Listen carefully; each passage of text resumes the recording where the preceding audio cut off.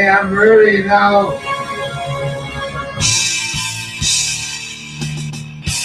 Coming to you from the Radio for One studios in Franklin, Michigan.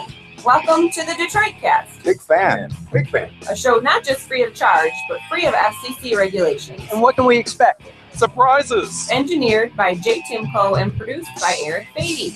And without further delay, it's showtime. Please welcome the Detroit Cast. Here are your hosts, Mike and Jay. Hey. Welcome, everybody, to the Detroit Cast with Mike and Jay. Big E is here as well. Welcome back to the show. It feels good to be back. How are you, pal? Welcome back, Mike. I'm well. I got to say, man, it's really uncomfortable to do a show over the phone. Thanks for giving those few minutes yesterday. Good of you. I do what I can for the good of the show. I actually listened to you guys. Yeah. I did. Not a lot, but I listened to probably the first half hour. Did you hear E do his Specs Howard read? No, I didn't get that far. I was I didn't get in till, I don't know what it was, 8 o'clock this morning, 8:30. And then, I'd been up all night, didn't sleep a wink on the plane.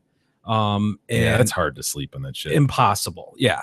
So that sucks. So I slept till like 1 or 2. And then by the time it was a normal day. Yeah, right. Yeah. It sounds like business as usual. Dude, I'm usually up at early. Yeah. But yeah, so it was really weird. And then, this afternoon trying to like get everything together, and a pain in the ass. So anyways, I didn't listen to a ton of it, but I did listen. I got to say it was entertaining enough that it was worth it. It was, okay. Seriously, I felt like it's always a good sign. It's different for sure. When you find yourself wanting to comment on things. And I found myself like wanting to interject and shit and like being bummed that I wasn't there. But it's so weird having guys come at you, like multiple people come at you on the phone. Oh, okay. Like not being in control of that situation. Yeah. Like it's one thing to drive and like we together can beat on E or whatever. Like having 2-on-1 sucks.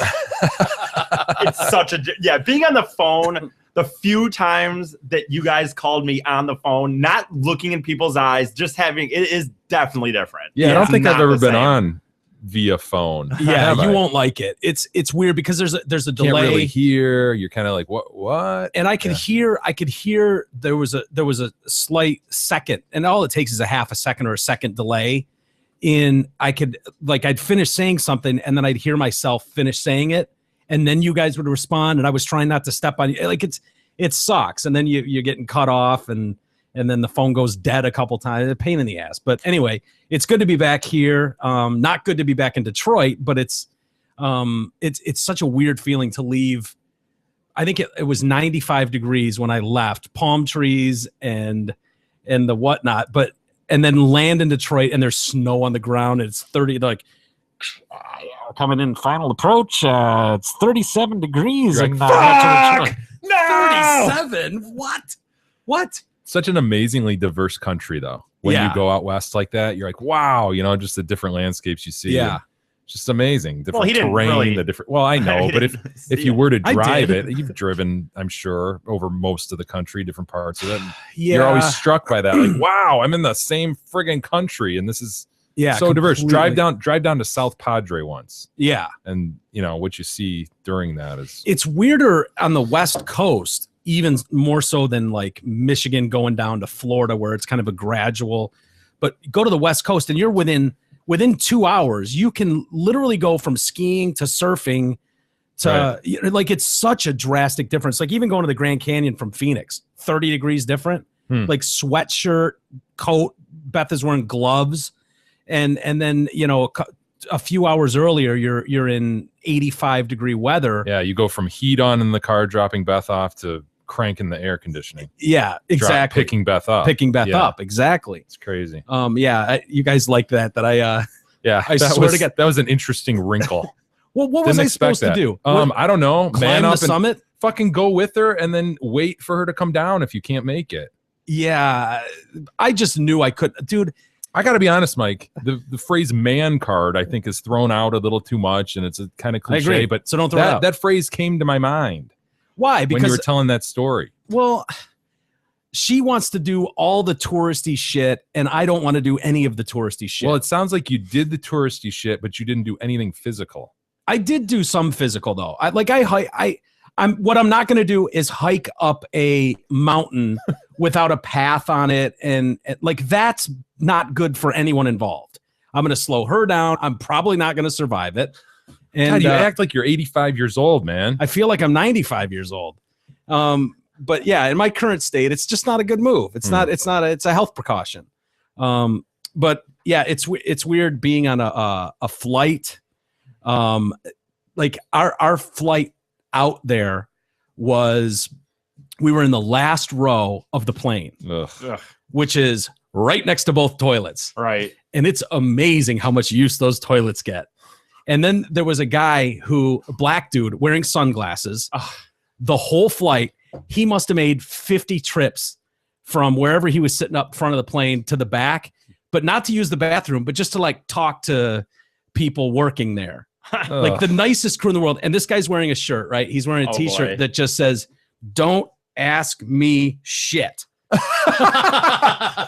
Humongous letters takes up his whole entire shirt.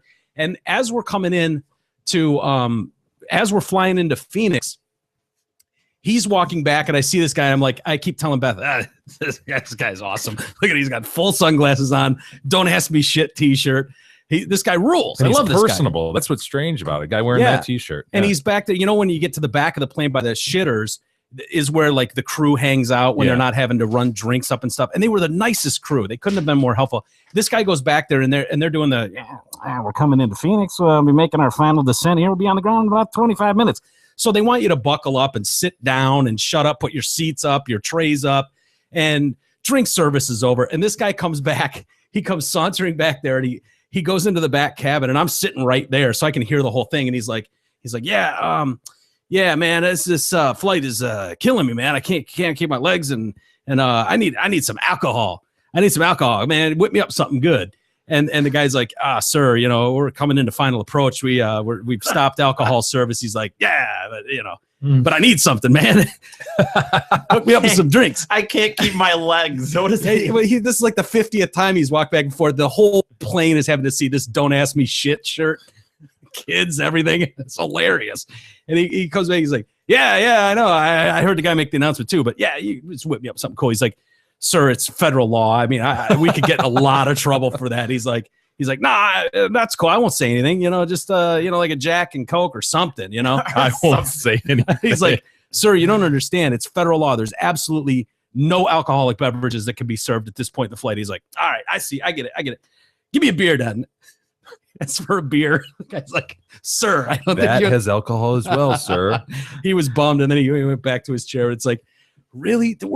We're all human beings on a plane together. It's just amazing the fucking difference. And like, you would never in a million years walk back there and like knock on the door where the guys are working. And first off, you would never show up on a plane wearing a "Don't ask me shit" shirt. God damn it. Hilarious. But anyway, it is good to be back. I did have some fun. I know Jay's going to make it sound like I didn't do anything. I don't know. As far as you guys are concerned, Beth did make it back. As far as you guys know, there will probably be some evidence that shows up that would, I can't speak to that. But as far as you guys know, she's back. Right. And, I'm here. I wasn't arrested or anything. I don't know. The Poos is here. So Poos. Yeah, the Poos made it. Which means she's not watching. Well, she's not watching them, which means, yeah. You can take from that what you want, but probably going to get used to seeing the Poos. Let's just say that. Dare I say, though, a big show. It's good to be back. It's funny how much I miss doing this show when we're not doing it. Yeah. It's weird. It's like I feel antsy, even though the day is full and busy and all that. It's like, God, I miss those two clowns. I wish I was doing a show right now. Well, the thing is, the stuff that has to be done behind the scenes doesn't stop. So when we take time off, it's like, fuck, it's not like you can just turn it off. Yeah. And so, you're constantly doing that stuff. And the fun part is this, and you don't have the fun part. So, yeah. But dare I say a big show. Dude, how you like that? How you like my new gavel? I saw a couple new gavels that were posted, pictures posted. That one is ridiculous, dude. That's a sledgehammer. I know, it's not a gavel. And there's not a way to put this down on anything but carpet without hurting something. It's got steel pegs in it.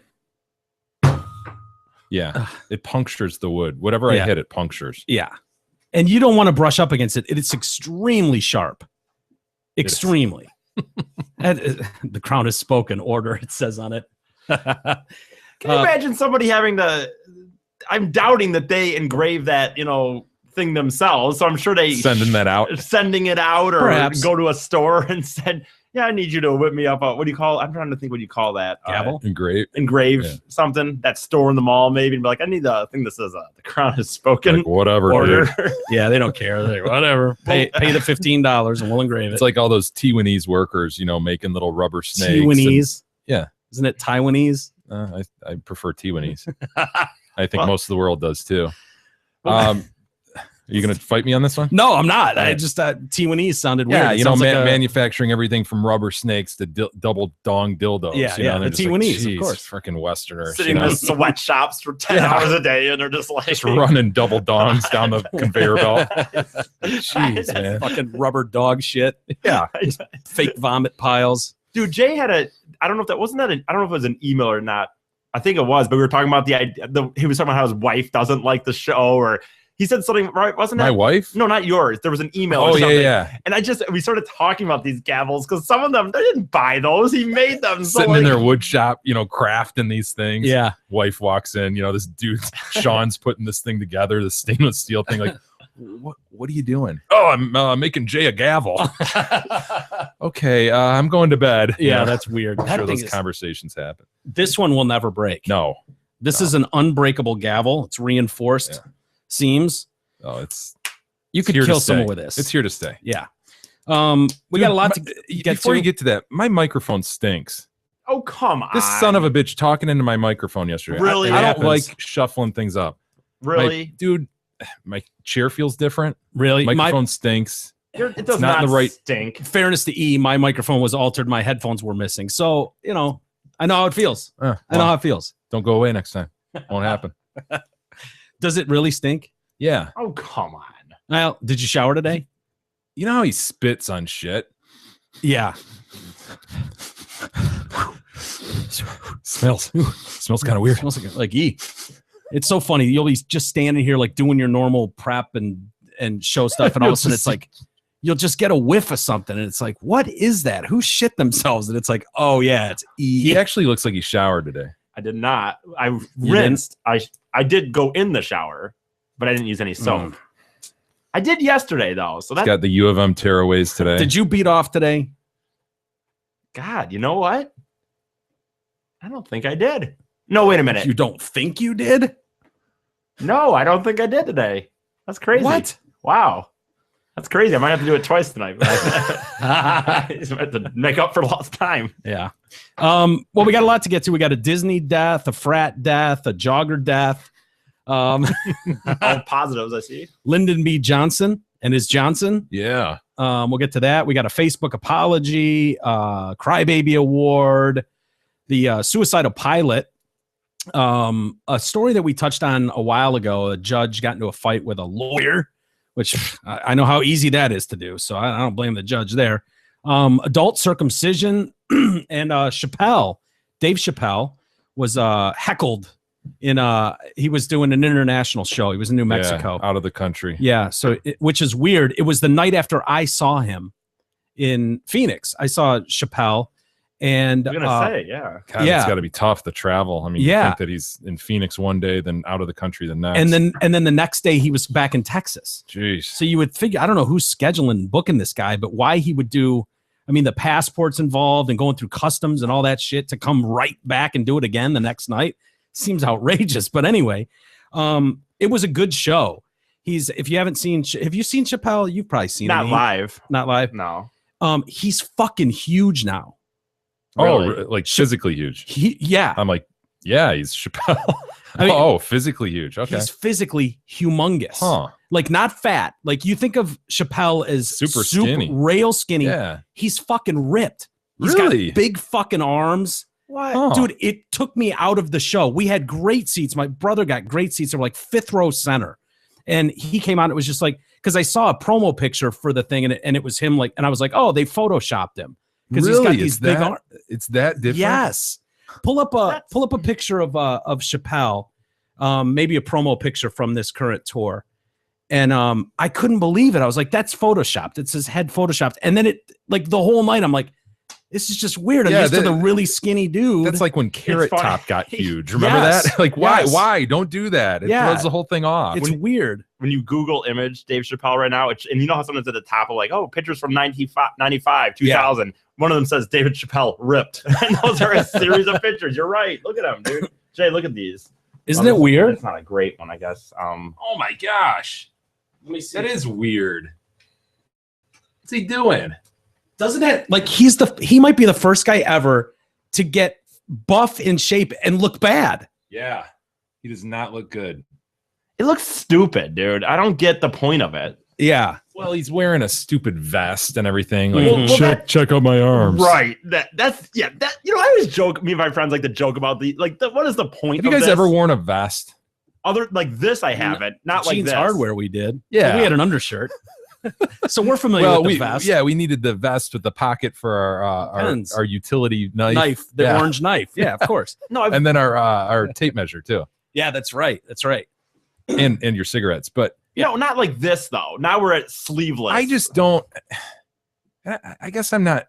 Some guys look good in vests. Yeah. I don't know that I could pull off a vest. I like them. I don't know. But I have that one where I wear one sometimes over my other shirts. It's like I've never noticed you in a vest. It's a joke, but I just kind of feel like if I'm cold, I guess my arms get cold. Yes. And I don't necessarily. It kind of defeats the purpose. I'd rather have the sleeves. Yeah, it's funny. Would that look weird if I just wore long sleeves? Jin, God, I'm trying to remember. Last time I was in California. Jinzu. Yes, Jinzu. Jin was talking about he would make fun of people from Michigan, I think, for wearing vests.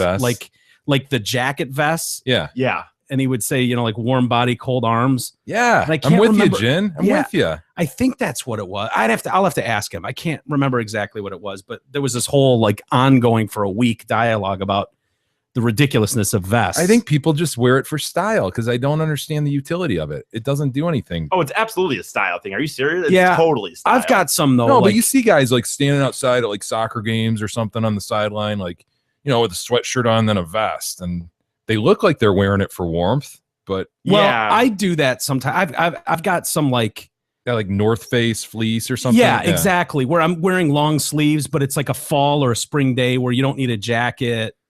I think I've got a Nike one. I think I just wouldn't wear a jacket then. I wouldn't wear it.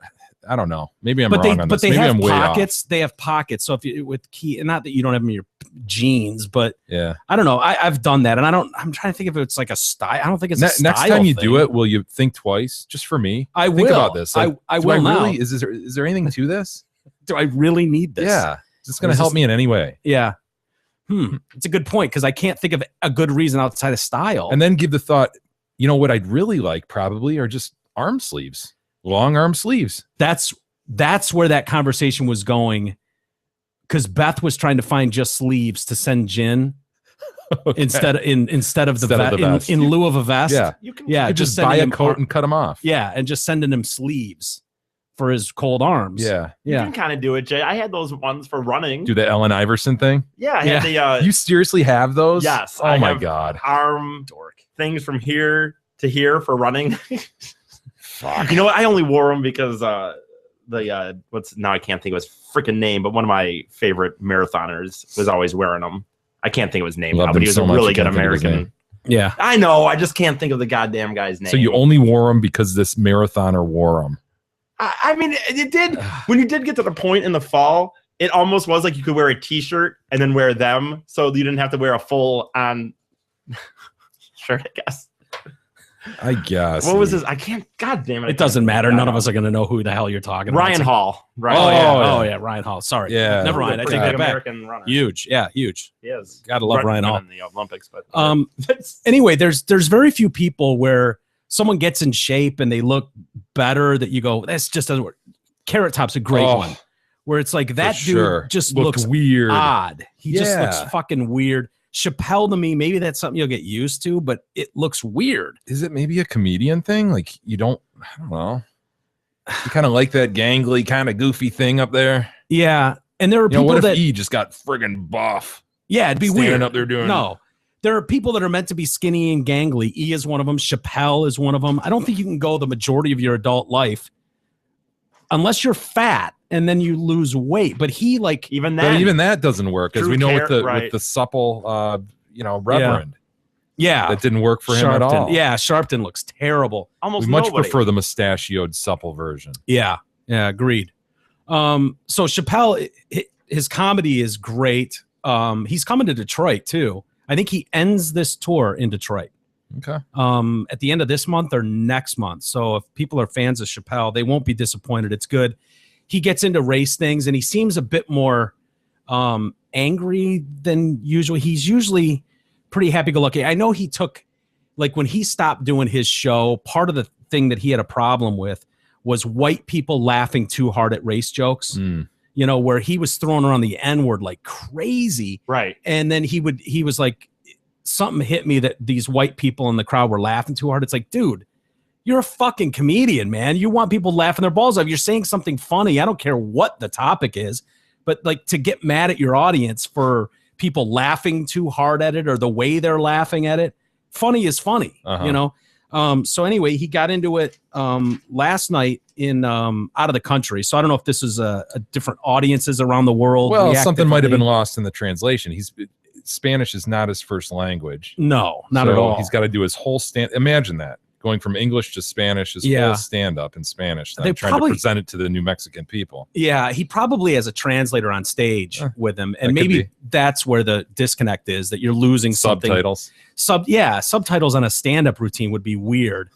So I don't know what was lost there, but he was not amused when a guy hurled a banana peel at him on stage and hit him in the leg. So immediately, black guy, banana peel, racism. That's a soccer fan move, actually. Totally. Yeah, that happens out of the country from time to time. Yeah, you see that a lot. But anyway, so Christian Englander, who's from Santa Fe, New Mexico, he hit him in the leg, earning himself a trip to jail on a misdemeanor charge. Really? Go take a guy to jail for that? And they were adamant. No phones at all. They didn't want you recording, taking pictures, checking up with the babysitter, nothing. They made announcements for an hour leading up to him coming on. If you have your phone out, you will be removed. You will be removed. Wow. Yeah, don't think you're going to sneak a quick picture. Nothing. You will be removed. You've paid good money to be here. You will be thrown out of this venue. And I kind of get that. I didn't know. Yeah, that's a big. With comedians, they're working on material for this audience, and if you start posting their shit, you're posting punchlines for a town that hasn't seen it. So I get it. And it's just the nature of what, people want to record everything and post it now. But, unlike this show where it's different material every night, he's basically doing a set routine. Right. It's like a greatest hits album. It's so weird. Like with music, it's like you want to hear the hits. With a comedian, you never want to hear the same thing twice. It's an interesting and when dynamic. When they're trying to build, toward an hour, like a lot of them are trying to build toward an hour at the end of the year, a special. Yeah. And the problem is you're trying to build to this HBO special. And back in the day, like you said, you could have people talk about it. Like, oh, we had a bit about this. I saw him last night. But now if he has people filming everything, then why are people going to pay for a special at the end of the year when it's already on YouTube? And you've already heard the big punchlines. Right. And he needs true reaction from people as he goes from place to place. So he can build on it and learn from it. Totally. You're right. It's just the thing with comedy that's such a difference than a band. Like you said, a band, it doesn't really matter. What Motley Crue's going to play. I mean, and you want to hear it. Well, I heard you guys talking about Seeger and how you got jacked when he did Turn the Page. Right. Yeah, I would too. A Metallica song. I mean, I don't know how you get so jacked for that. I didn't even know that was. So. But imagine. I was going to say, I know he said I knew he wrote it, dude. I was going to say, dude, fuck you. But. Imagine if you went to see Seeger Thursday night like you did. He breaks into Turn the Page and you just hear, heard it. Right. Already heard it. You're like yelling out the chorus before he gets to it. And banana hits him in the side of the head. No, you're right. It can be so weird. Like, and for music, you'd be livid if you went to see Seeger and he didn't do Turn the Page. Right. It's just a different thing though with music and comedy. It's just it's this weird thing where people that, man, even when I was, I'm not able to do it as often as I have, but I write down everything I ever do back when I was able to do a few a week. And when I would come back to the same place, even doing just open mics, I didn't like the idea of ever doing the same set, even though I was only there 3 weeks ago as an open mic comic, because I just thought a lot of times at open mics, there tends to be areas like the ones I was going to a lot, especially in Grand Rapids, there tended to be the same crowd that would come every week. And I didn't want to become that guy that they say, oh man, he's going to tell the same 3 jokes again. Yeah. The hooker in Chicago. I don't know. I only tell that at big Just shows. saying. No, you've only gone to one time. He's going to be at open mic Saturday at Laugh Tracks again. Yeah, 8:30, right? Yes. Oh, we got to pay. It's not free. What's that? Sorry, people, but you have to pay. It's not free. It's not. Oh, that's okay. What is it? $8, $7 or something? $10. $10. Whatever. Do you get a part of that door? Yes. Okay. So I get money. Well, that's worth it. This guy acknowledged throwing the banana. He says he'd eaten it earlier and put the banana peel in his pocket, which is a little odd. Because he took offense to racially insensitive jokes Chappelle made about his companion. So he's there with a buddy of his, and the guy was apparently drawing in a sketchbook during the show. What? Okay. I mean, honestly, that would be so distracting. One has a banana peel in his pocket. The other one's drawing on a sketchbook. Yeah. A couple assholes. Chappelle, yeah, totally. Foreigners. Yeah, you know, different culture. Yeah. When Chappelle noticed and asked the man his name, he gave him Johnny Appleseed. Jesus Christ. Good one, Appleseed. Why are you there? Why are you at a fucking to comedy? be a dick? I don't know. I've never understood the idea of hecklers or, like, I've just never understood it. It's really annoying, and it's alcohol is usually what it is. People get drunk and they want to be a part of it. There you go. Yeah, and it sucks. It's really annoying. It takes the comedian. I've seen comedians walk off stage after 20 minutes and not do their show because they're so distracted by some dickhead full of, a table full of dickheads, right? Who take offense at something and Didn't won't let it Chappelle go. walk off early last time you saw him here? I thought you were telling me about him, or maybe it was Chris Rock or someone. No, Rock didn't. Maybe Chappelle did. Yeah, I feel like you were telling me last time you saw Chappelle here, he kind of was like, "All right, you guys suck. I'm out." Yeah, it's like that might be true. I don't remember exactly, but yeah, that. It's ridiculous. You're right, though, dude. Yeah. It's like, you know what? If you for some reason, if you're there and you don't find it funny, I guess, just sit there. Yeah. But the idea, you're right. The idea that you're going to get up there. The idea that you're not happy with something, so ruin it for everybody. This show sucks. Like everybody else paid fucking $100 a ticket too, dickhead. No, not just you. It's all about making themselves part of it. Yeah. Because it's this weird venue where you can make yourself part of it. Because there's no band. There's no, it's you just can yell out and be heard. Mm-hmm. Right. And Chappelle got it the worst. Like they were making announcements going up to it, like, do not yell shit at him, because people would just, and I've seen shows of Chappelle where every 5 seconds someone's going, "I'm Rick James, bitch." Imagine how annoying that would be if you're trying to work out new material and people are yelling shit that you did 10 years ago. Why do people fucking annoying? Imagine why you, hey, Jay, listen to this. I'm Rick James, bitch. Yeah. Get it? It sucks. It's ridiculous. Like that's like going to Eric's on pink hat. You see that? He wore a pink hat on the Detroit kid. Pink hat. Right. Like, yeah. What am I supposed to do with that? Yeah, I wore a pink hat on the fucking what? What am I supposed to do with that? Right. You got me. Yeah, I did. I did yell Rick James, bitch, in a skit. I did during one season of the Chappelle Show. Like, right. Fuck. Oh man. This guy thought his quips were racist. So I don't know. They don't say what his quips were. He decided to throw the banana peel he got mad because Chappelle's taking it to this guy who's drawing on a sketch fucking book. How ridiculous. So this guy, they said they escorted him out, and security said, yeah, he was shit faced. He appeared intoxicated. Court documents indicate following his arrest, he appeared unapologetic and made several statements that appeared to be racially motivated. Criminal complaint cited by this foreign paper, the Albuquerque Journal. I'm not familiar with it. States that while smiling and laughing, he said, maybe I should have handed Chappelle the banana instead. I don't even know what the. Why are you even making? Well, do you really even there? You know. Well, do you take think the time this to be there? A guy that got drunk and then was standing up for his buddy or his partner or whatever he was. Do you think he brought a banana peel there to be a racist, like make some jungle reference with a banana peel, or do you think he just ate a banana and didn't litter on the ground with a banana peel and that's all he could hurl up to the stage? You know, I enjoy bananas. I know you do. I really do. But the shitty thing about them is you got the peel. So it's not Yeah. something you take when you're not near a garbage. You got to get rid of that peel. You don't put a banana peel in your Where pocket was this for no even reason. at? Was this at club? Where? Where's he able to carry a why would he have a banana peel, dude? I who knows? Why does this guy have a sketchbook though? So Yeah.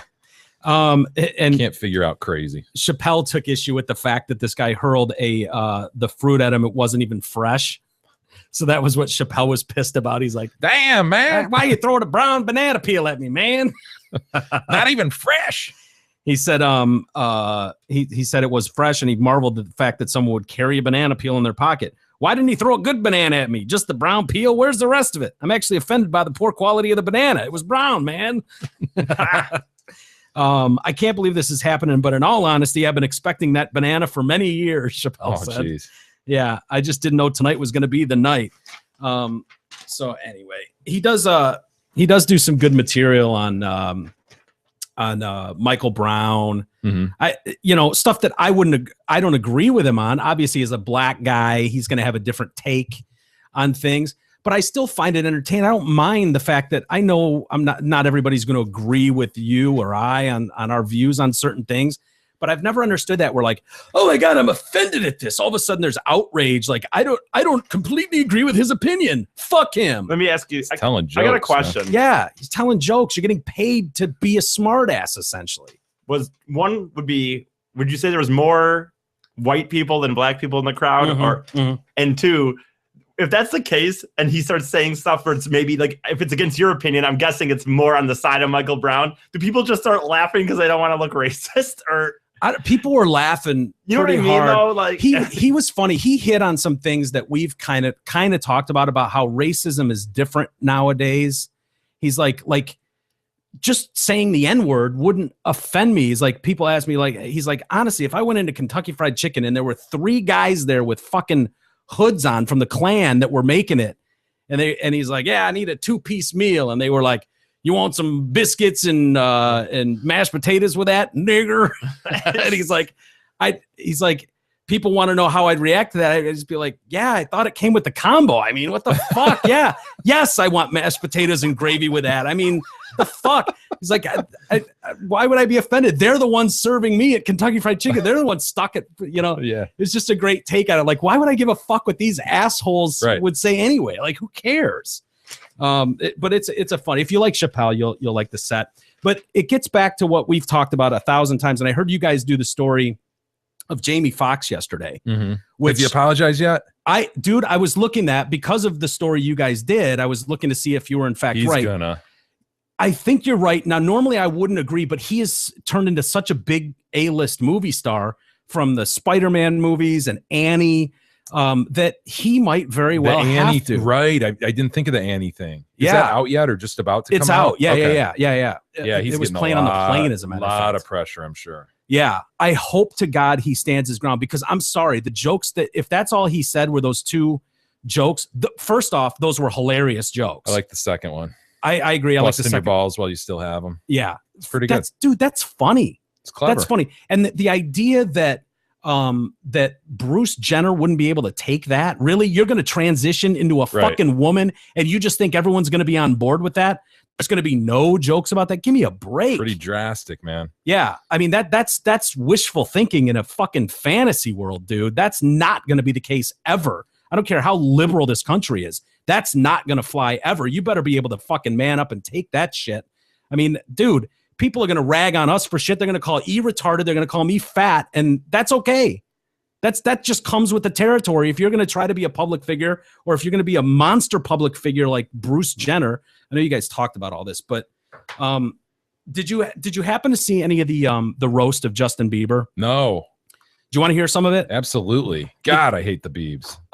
I thought it was good because I love this style of shit where it's like anything goes. Yeah. And people don't give a fuck. And there are people, there were certain seems to jokes. be the only venue where anything goes anymore. Or these roasts. Which is highly offensive. I don't ever want comedians to tone it down because they're worried about backlash of something. And it was nice to see in a venue like this that some people didn't tone it down. And we've got some clips of it, and maybe we'll play some because you haven't heard this yet, No. Jay. Hey, real quick, when you're talking about this though, Yeah. dude, it's funny. I don't know if you saw this, but all the believers, the fucking 13-year-old girls or whatever, were all tweeting just pissed about these things. Yeah. Like oh, literally yeah. saying like, I'm going to murder you and blah, blah. Dude, it's like, Well, he wanted to Beebs do wanted it. this thing. Right. That's what Yeah. I don't even understand. Like he's sitting there laughing. It is what it is. It's I don't think he was laughing hard enough. not really. Like, not really. Honestly, I thought he was He going was to take bothered by it. it. I think he was. There was one joke in particular. Who's the chick that was called a whore all night?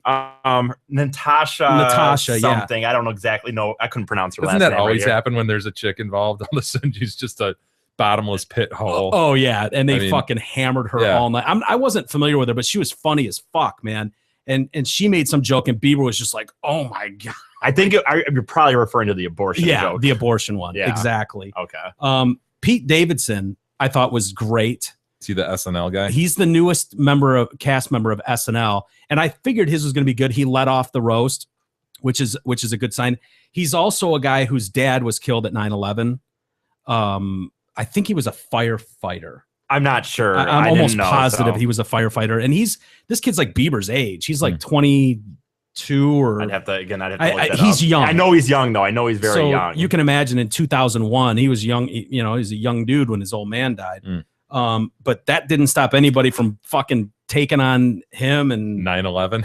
yeah, I mean, and Shaq was there, who got pounded on. Pete Davidson fucking destroyed, man. You know what was when you talk about maybe Bieber not really laughing at some of this stuff as much, Shaq, man, I gotta give it to Shaq, because Shaq kind of got hammered on the most, almost more next to Bieber, I feel. Yeah. And he really genuinely was just laughing and having fun with it. He had if he took offense to anything, he did a very good job at pretending that he wasn't. Is it wrong of me to kind of like Shaq?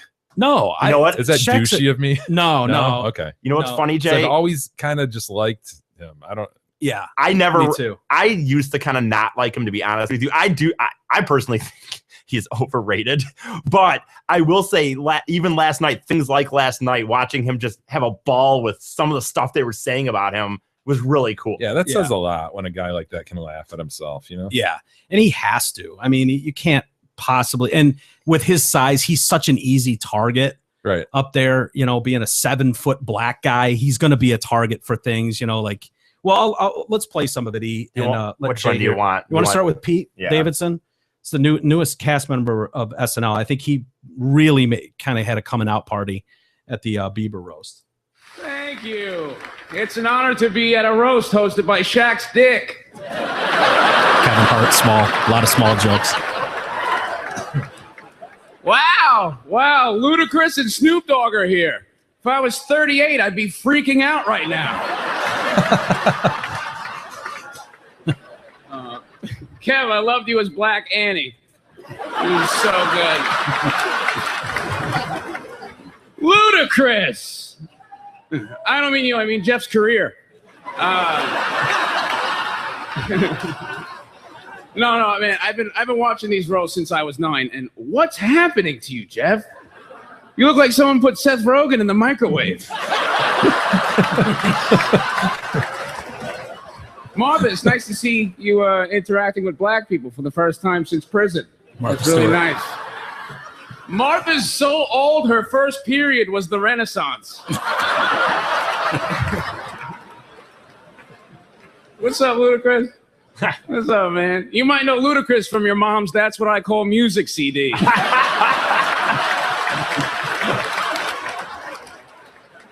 Come on, let's hear it for Shaq.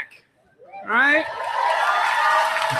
Thanks for being here and taking a break from throwing barrels at Super Mario.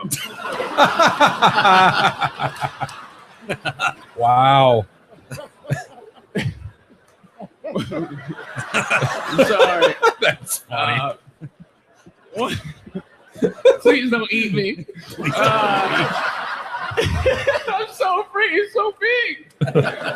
One of the many nicknames that Shaq has is Superman, right? And much like Superman, he pretends to be a reporter and has never met his real father. No. Shaq is cool, though. Shaq has shattered 8 backboards and 79 cervixes. Hannibal Buress is here, everybody. Hannibal. Guy that brought down Cosby. Hannibal, of course, is famous for exposing Bill Cosby, right? And only for exposing Bill Cosby. No, he deserved it, though. Bill Cosby hurt those women without ever caring about the consequences.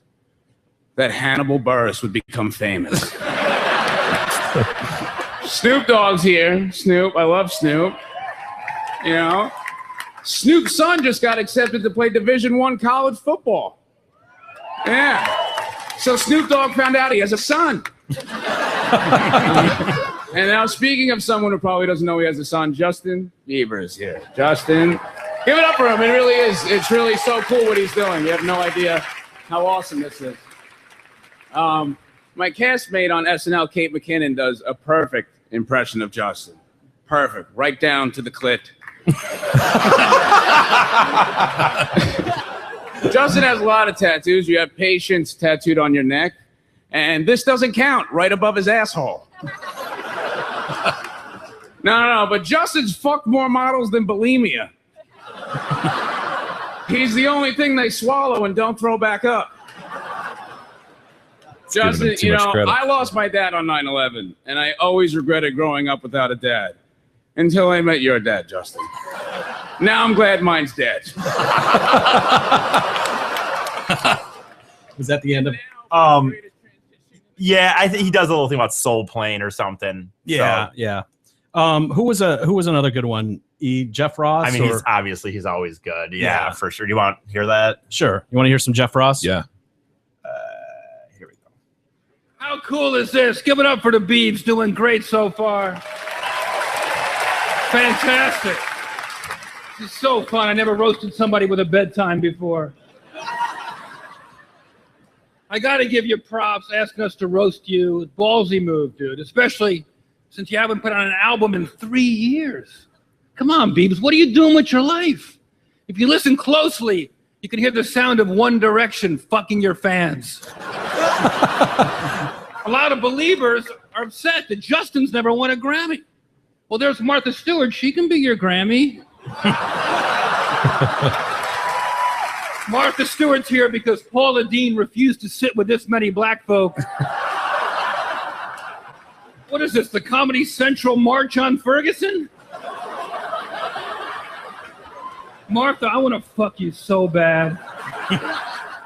I bet your pubic hair is 50 Shades of Gray. Martha went to prison for dumping worthless stock for idiot consumers to buy. Which reminds me, Ludacris's new album drops tomorrow. Enough about Ludacris. Let's talk about Foodacris, Shaquille O'Neal. Shaq.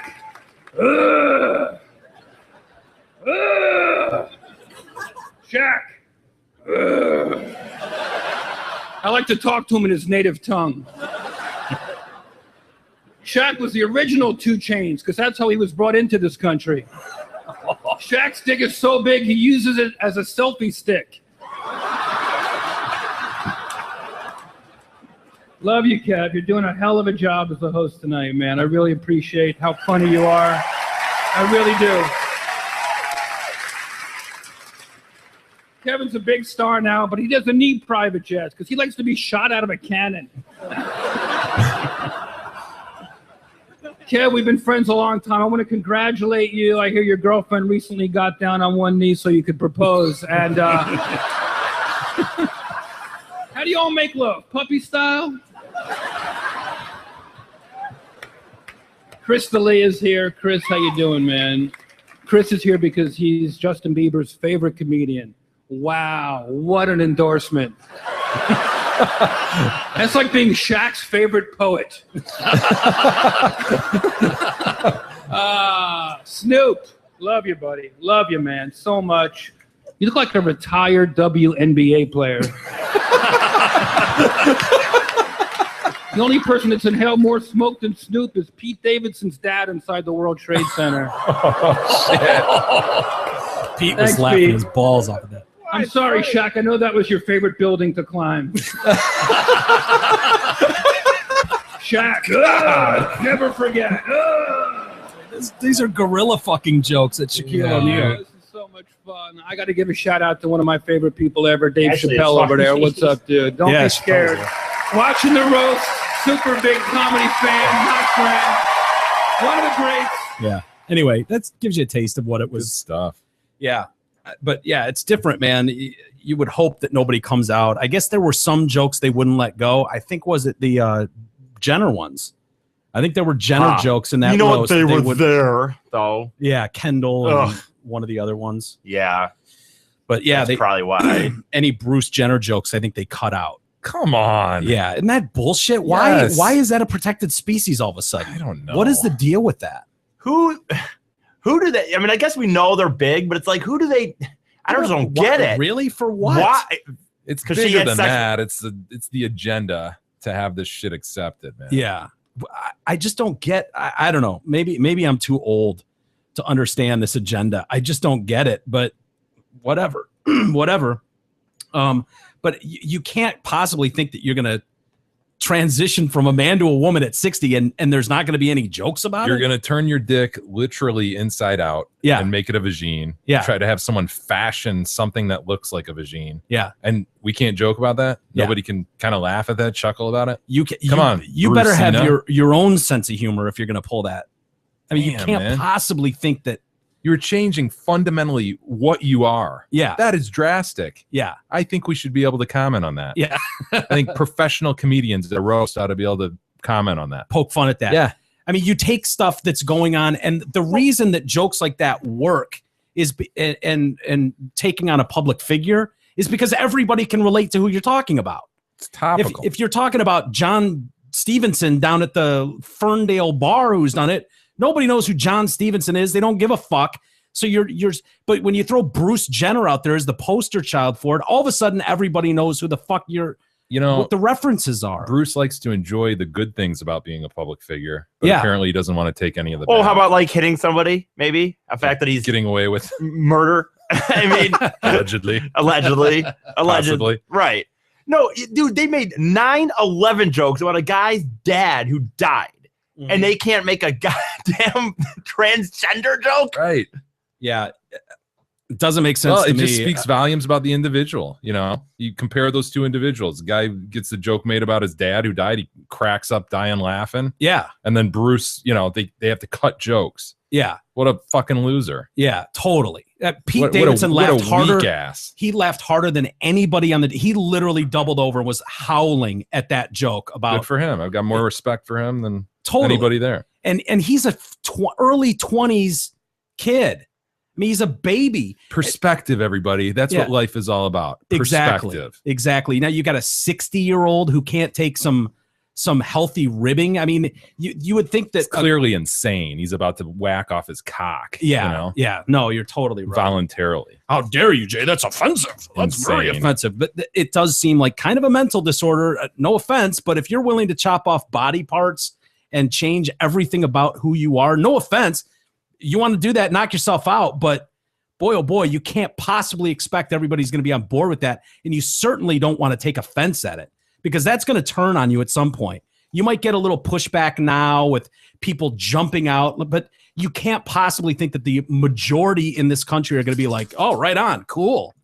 Yeah, the media will have you believe that the majority Yeah. thinks. I almost said majora. Majora. Well, that would have worked too. Think that that's okay, but really, no. Really, when you talk to real people out there, no, they think it's fucking insane. They think it's crazy, as it would be crazy if one of us wanted to do that. You'd rightly go, dude, are you fucking serious? Why do you think they make them wait 3 years to do it and go get psych evaluations? Yeah. Like, think of another surgery where they make you go through a whole process of years of shit to prove, like, no, I really want to do this. This isn't just some fly by night. I really, really, really, really want to chop my dick off. Like, if you went in and wanted new tits, they just put new tits in you by the end of the day. But you Male wanna- or female. yeah, Doesn't matter. regardless, butt implants, whatever. You want to chop your dick off and be a different gender? Yeah, they're gonna fucking make you go through a process and see multiple doctors. Whatever. I hope that pushback comes at some point, though. Mhm. Instead, because I think you're totally right, dude. That there's a very small group with a big agenda and loud mouths, and anything is perceived as a slight. They're gonna absolutely ramp it up like this is the worst kind of, we're in Selma in the 50s and the 60s. Well, it's very easy to sell this kind of, hey, you know, we need to be inclusive of everybody's feelings. And it's hard to argue the other point, like, whoa, put on the brakes. Let's be conservative in how we proceed here. That's the hard argument. It's very, oh gosh, you know, let's love everybody for who they are, for who, they want to marry the horse, you can marry the horse. That's up to them. Who am I to say? Dude, that's coming. I'm telling you, that's coming. You've said it for a long time. It is. I mean, who would have thought 20 years ago, 10 years ago, 5 years ago, and maybe it just sounds like old men bitching, but that you would have said like, oh yeah, this is going to be an accepted move in society and everybody's going to be on board with it and so accepted, trying to prove how accepting they are, to not be shocked by anything anymore. Like, love is what it is. It is, you know, very slippery slope, man. It's no offense, but yeah, it's you're right, it is. And I don't know where it ends. Like, where do you think it's going to stop right here? Do you think it's like, oh, it ends with the LBGTQRS society? No, of course not. Because some guy's going to come out and be like, I love this horse more than anything in life. And well, the horse doesn't appear to be kicking him when he's behind him. So, I mean, who are we to say? And how fast we proceed down the slippery slope really depends on, I think, you know, I hate to make it a political issue, but the political ideology of national leaders, local leaders, whatever it is. Like I said, if there's more conservative leadership that says, whoa, you know, let's put the brakes on here. Yeah. You know, maybe it takes longer for this to happen. But I really think our culture is just, you know, we're down that slope. We're fucked. Yeah. We're sliding fast. And the speed with which we slide will depend on, you know, like I say, leadership and their views. Yeah.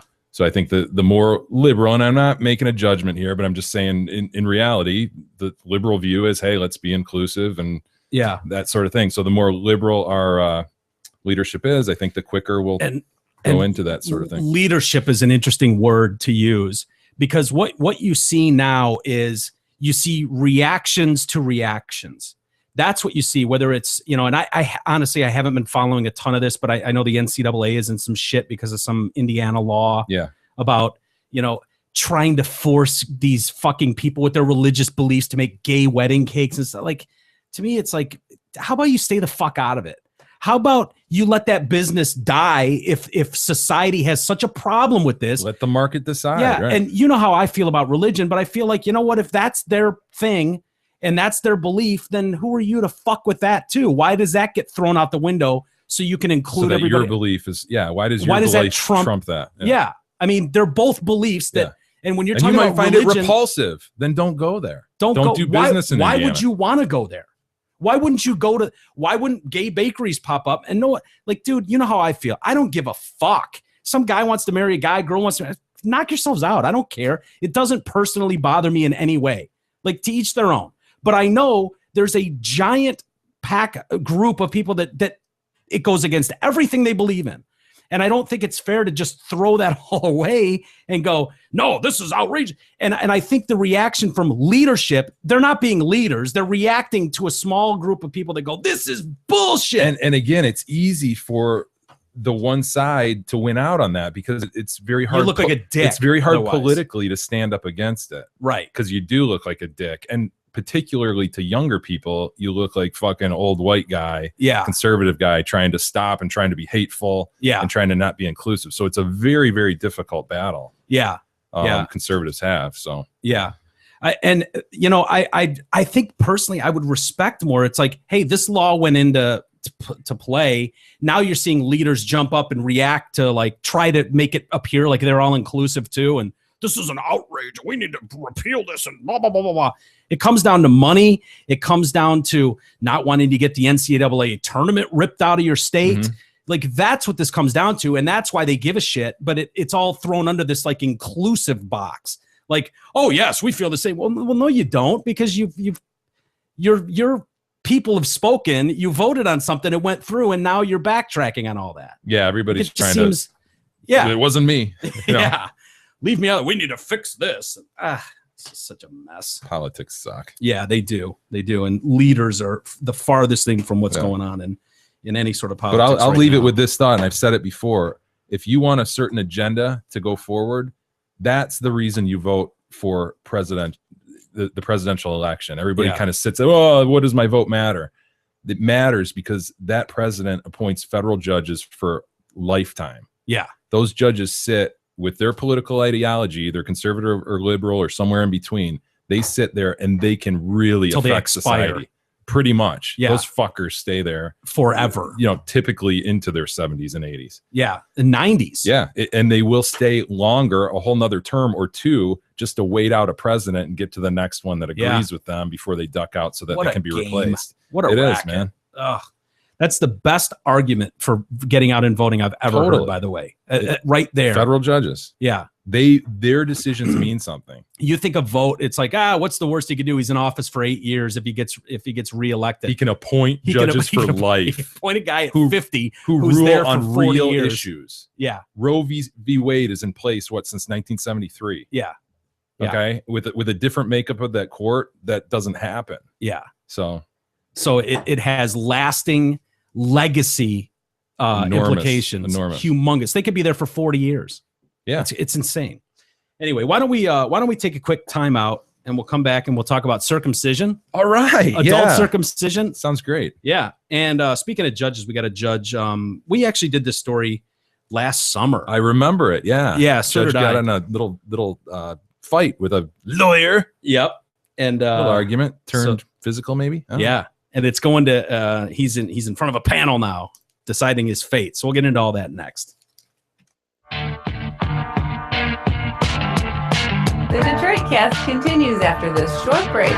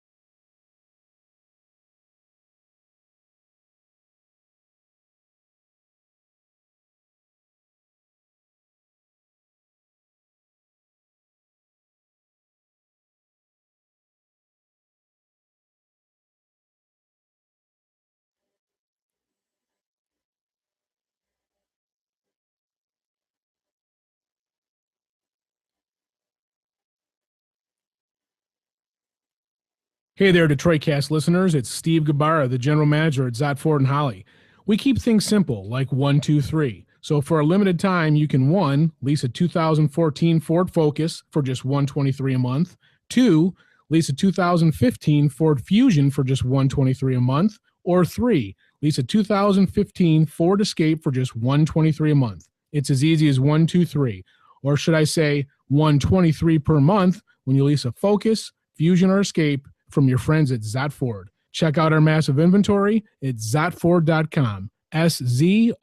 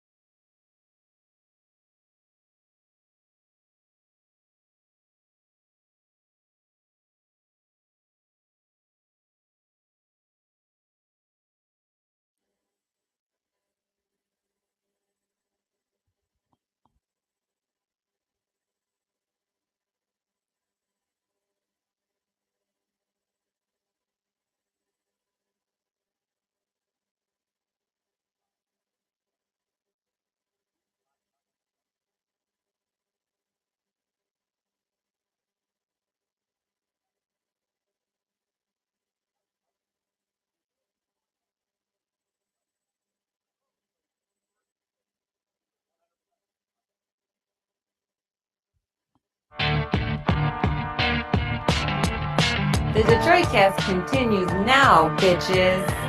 Here's Mike and Jay.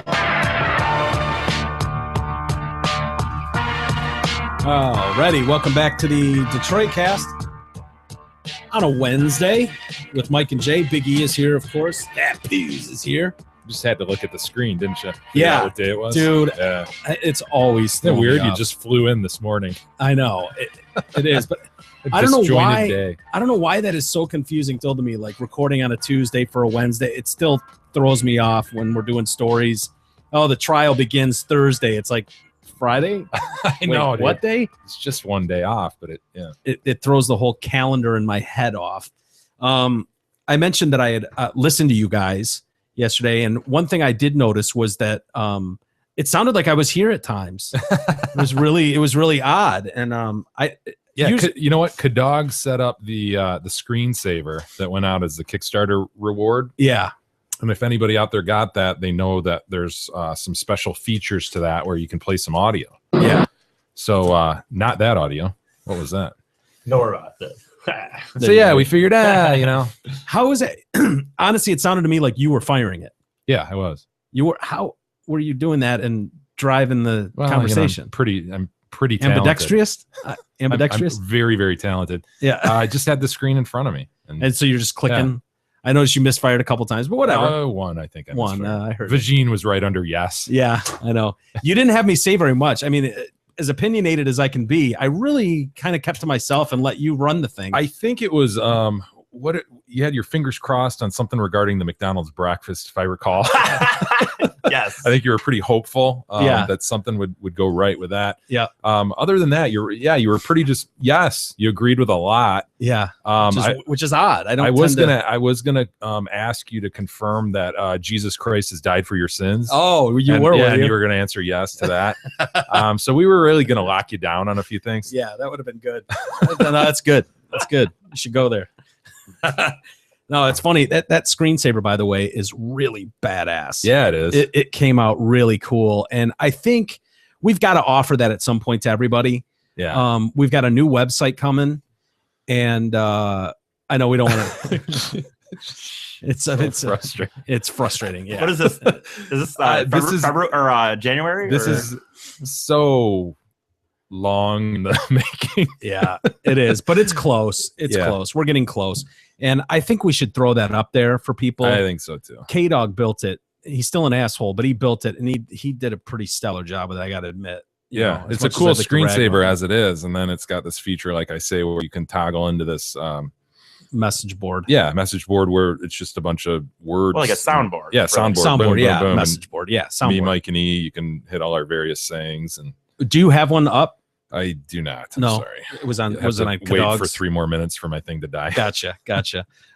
Yeah, it's pretty good though. It's got the crown is spoken order. The ground is smoking. Order. Oh God. Oh no more. You're freaking the poos out. Look at the poos. Oh, poor poos. Oh, what a stressful day. I know it has been a stressful day. She was without mom and pop for a week. Poor thing. First world problems for the poos. That's right. This guy, he hammers The this whole- gavel. The whole life of the poos is first Oh, world I know. problem. There Look is at her. no. Look at that poops. Look at that Sitting there poops. on the astronom couch. Yep. Exactly. Hey, I mentioned circumcision earlier. Yeah. You're a big fan.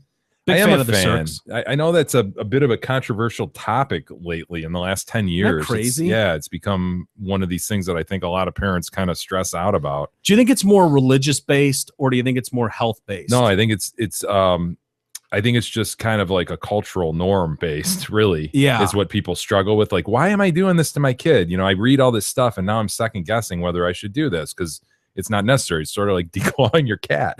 Yeah. Well, declawing your cat. I know it's got some utility. Like when your cat starts fucking your shit up, Yeah. you understand why you would declaw your cat, And you understand why you would cut off the turtleneck when, the turtleneck's kind of harming your game a little bit Yeah. down the Well- line. That's what you picture with your kid. You picture him in the high school locker room and everybody going, holy shit. Yeah. And that's what people like you and I immediately think, like, dude, I'm not gonna do that to my poor boy. You can't do that. But it still is really weird to me when you think about thousands of years ago, who decided the first time that no, this has got to No, go. it's biblically based. Yeah, but imagine if it was like, yeah, we're cutting off earlobes. Yeah. You know what I mean? Like it would be, you know, Seems it's kind of arbitrary, doesn't it? It does. It seems really arbitrary. It's like Until you put a cut one next to the uncut one, righty? Exactly. It's pretty obvious. Yeah, very obvious. Pretty obvious which one's more attractive, righty? I don't know about that. I Yeah. don't really care. which one would you rather have whiz on you? Does it feel different? Wouldn't matter. Wouldn't matter. I don't you want- take either one. I don't want any to whiz Does on it feel me. different inside? I don't know, Jay. You have to ask. You'd have to ask a Does lady. it taste different? I wouldn't know. You'd have to ask a girl that sucks them or whatever. Jacob Harper has written an article about adult circumcision, which is a thing where parents failed to do their job as responsible parents. I think at that point it's kind of a one and done chance. Like, Yeah. you either do it as an infant, and I'll let you get into the story, but I'm going to state my opinion right now. Like, you get into that point where you understand like what's going on. You got, Yeah. awareness, and no, You're not gonna wanna. I Game totally off. agree with you. Yeah, I think there is a small window there where, this idea of it scarring your baby is laughable to me. Yeah. But I think you could scar an adult.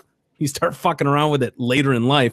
Well, this guy Jacob Harper says he was never circumcised, even though he grew up in the Midwest where it's totally the norm. Because it was slightly unusual where I live. My sexual partners often ask me what it was like to be uncut.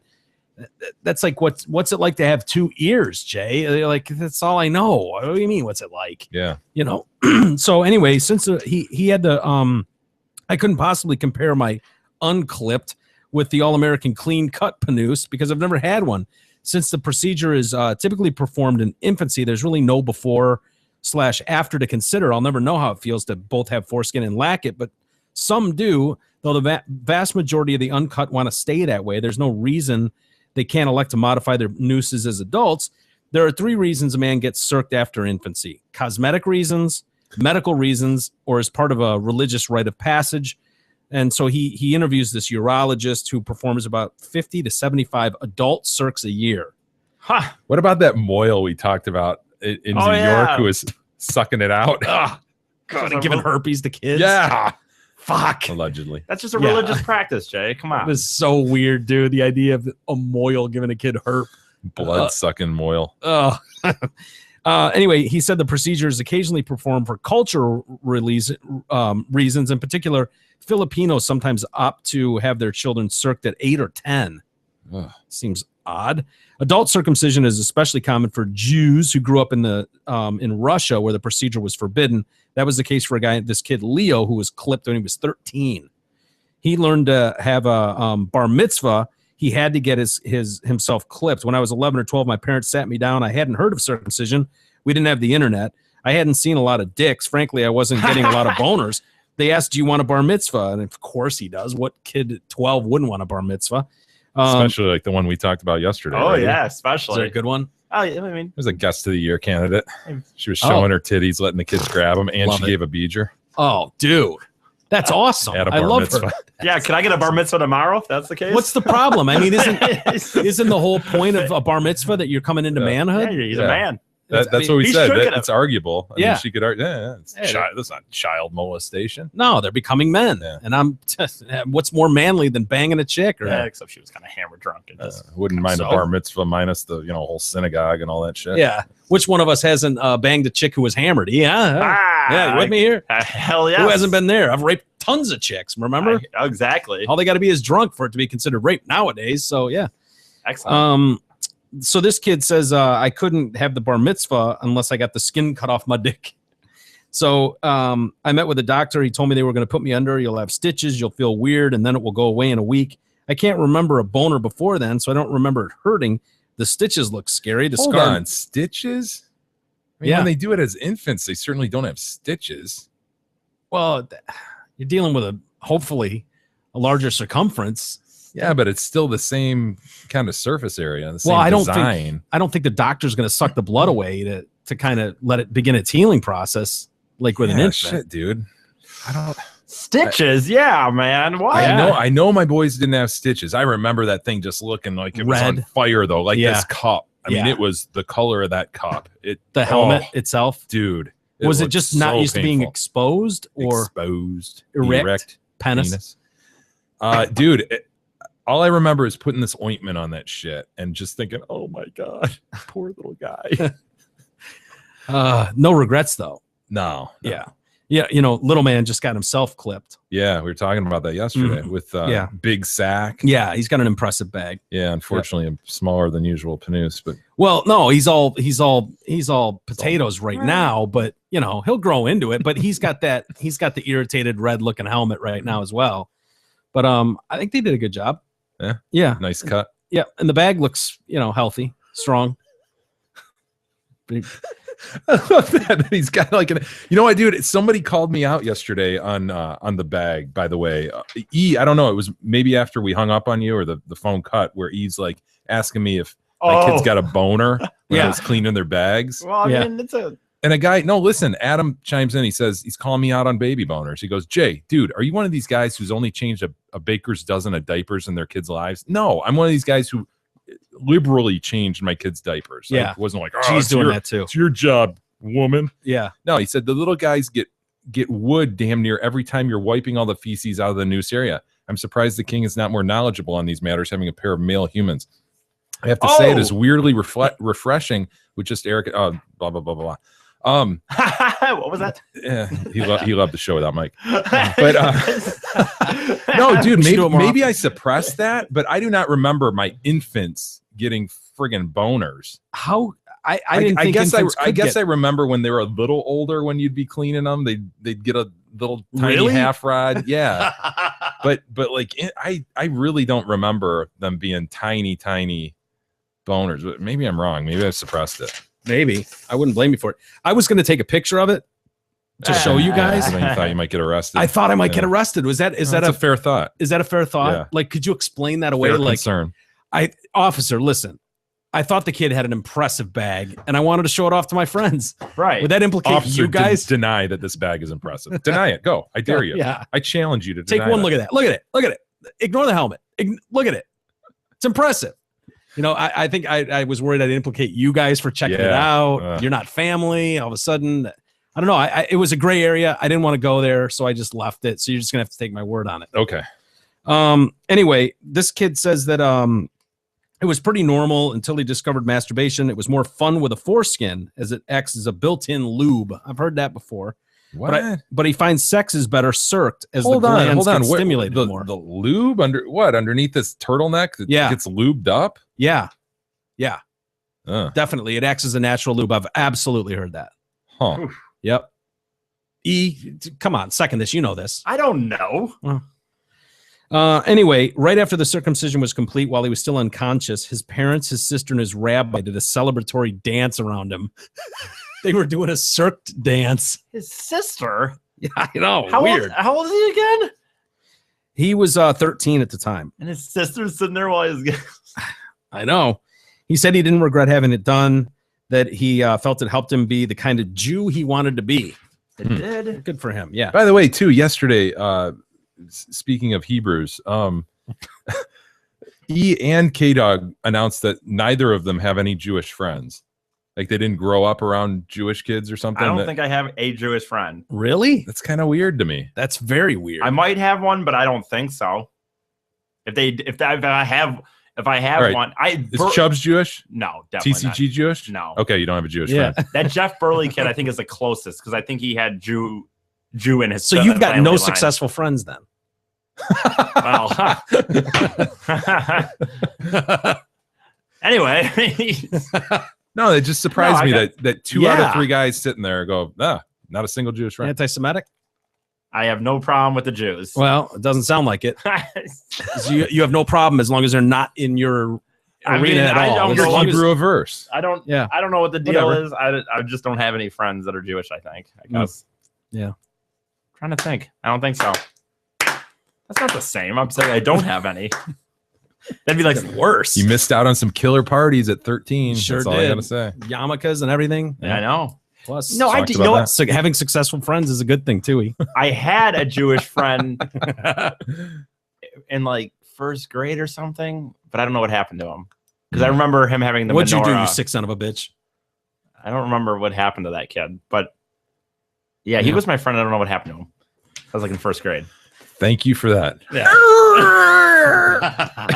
You guys asked. I mean, you Let's guys put her are- back into first gear. You're the.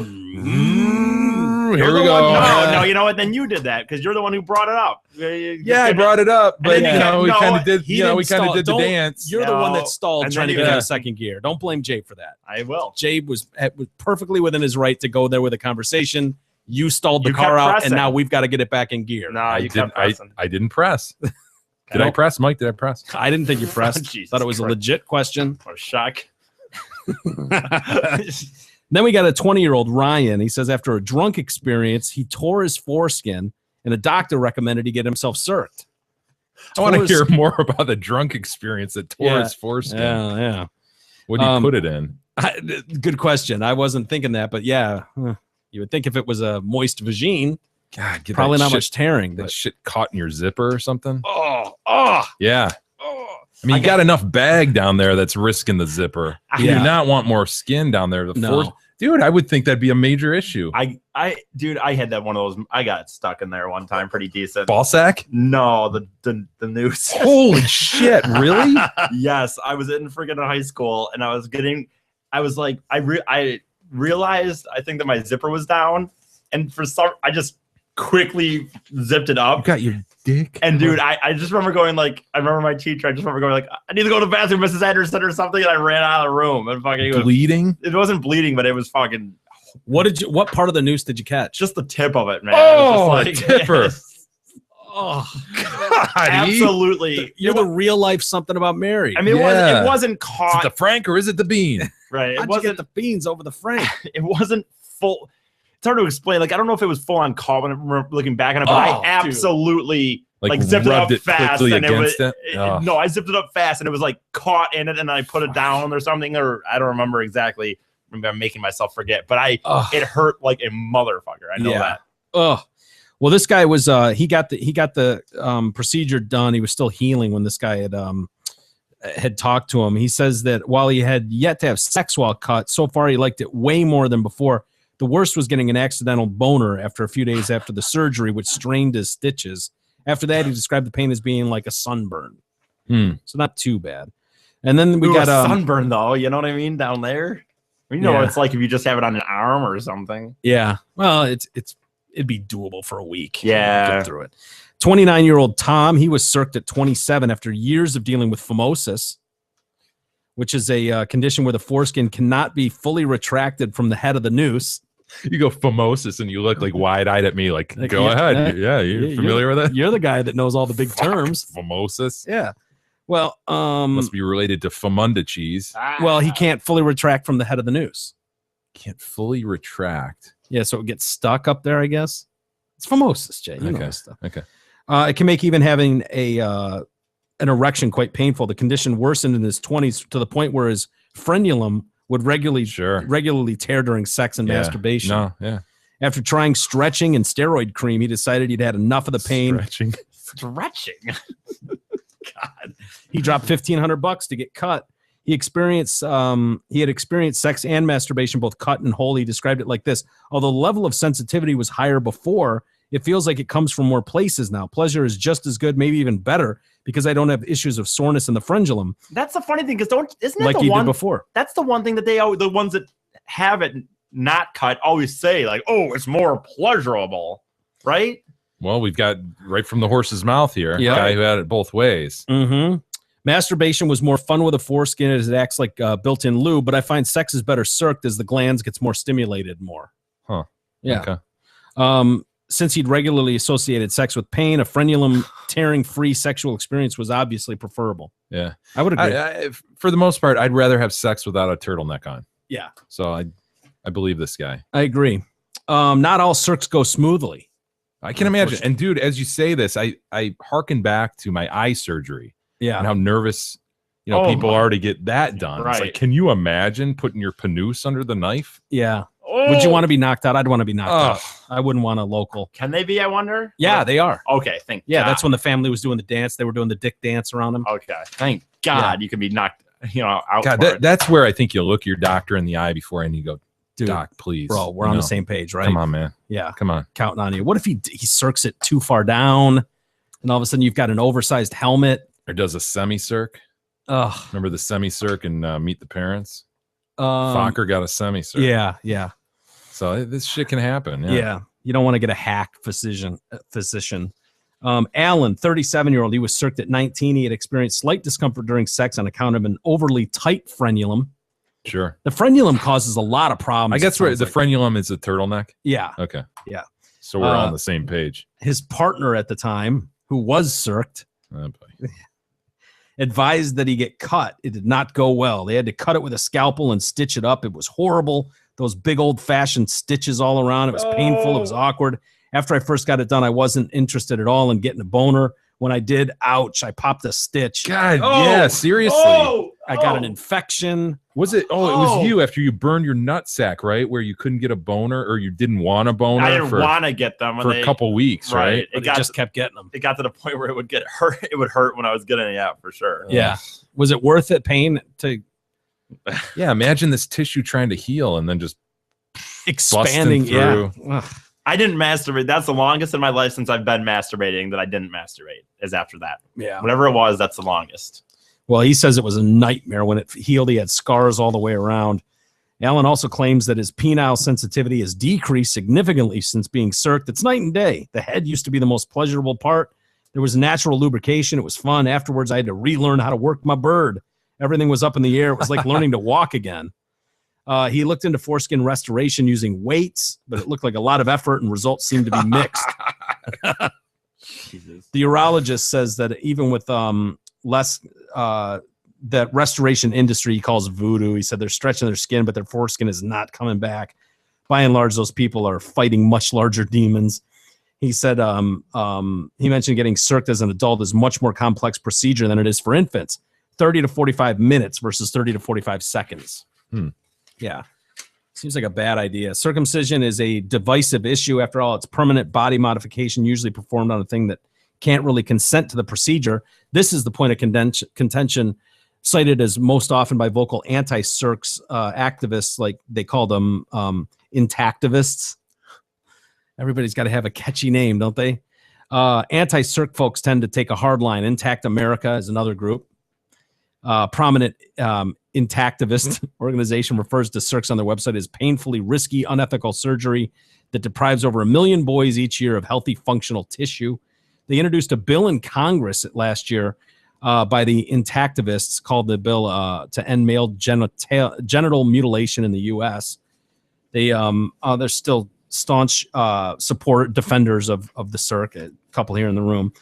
This I found interesting. In 2007, circ rates in the U.S. fell to its lowest number in decades at just 55% of boys. Yeah, dude, I told you, it really got to be a big thing where people were second guessing.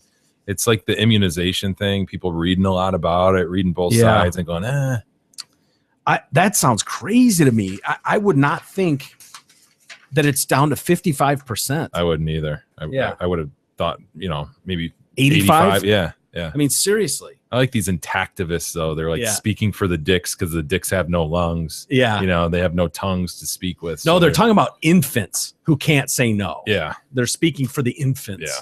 Yeah. Okay. Hey, here's the soundboard.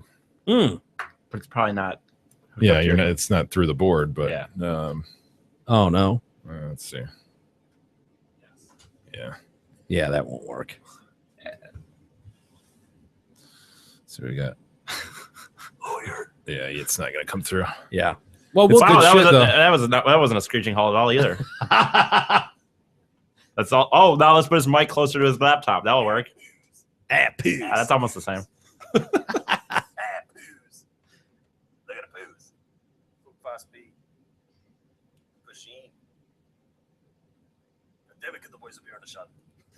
Yeah, there's get the idea. Yeah, there's a ton of barely.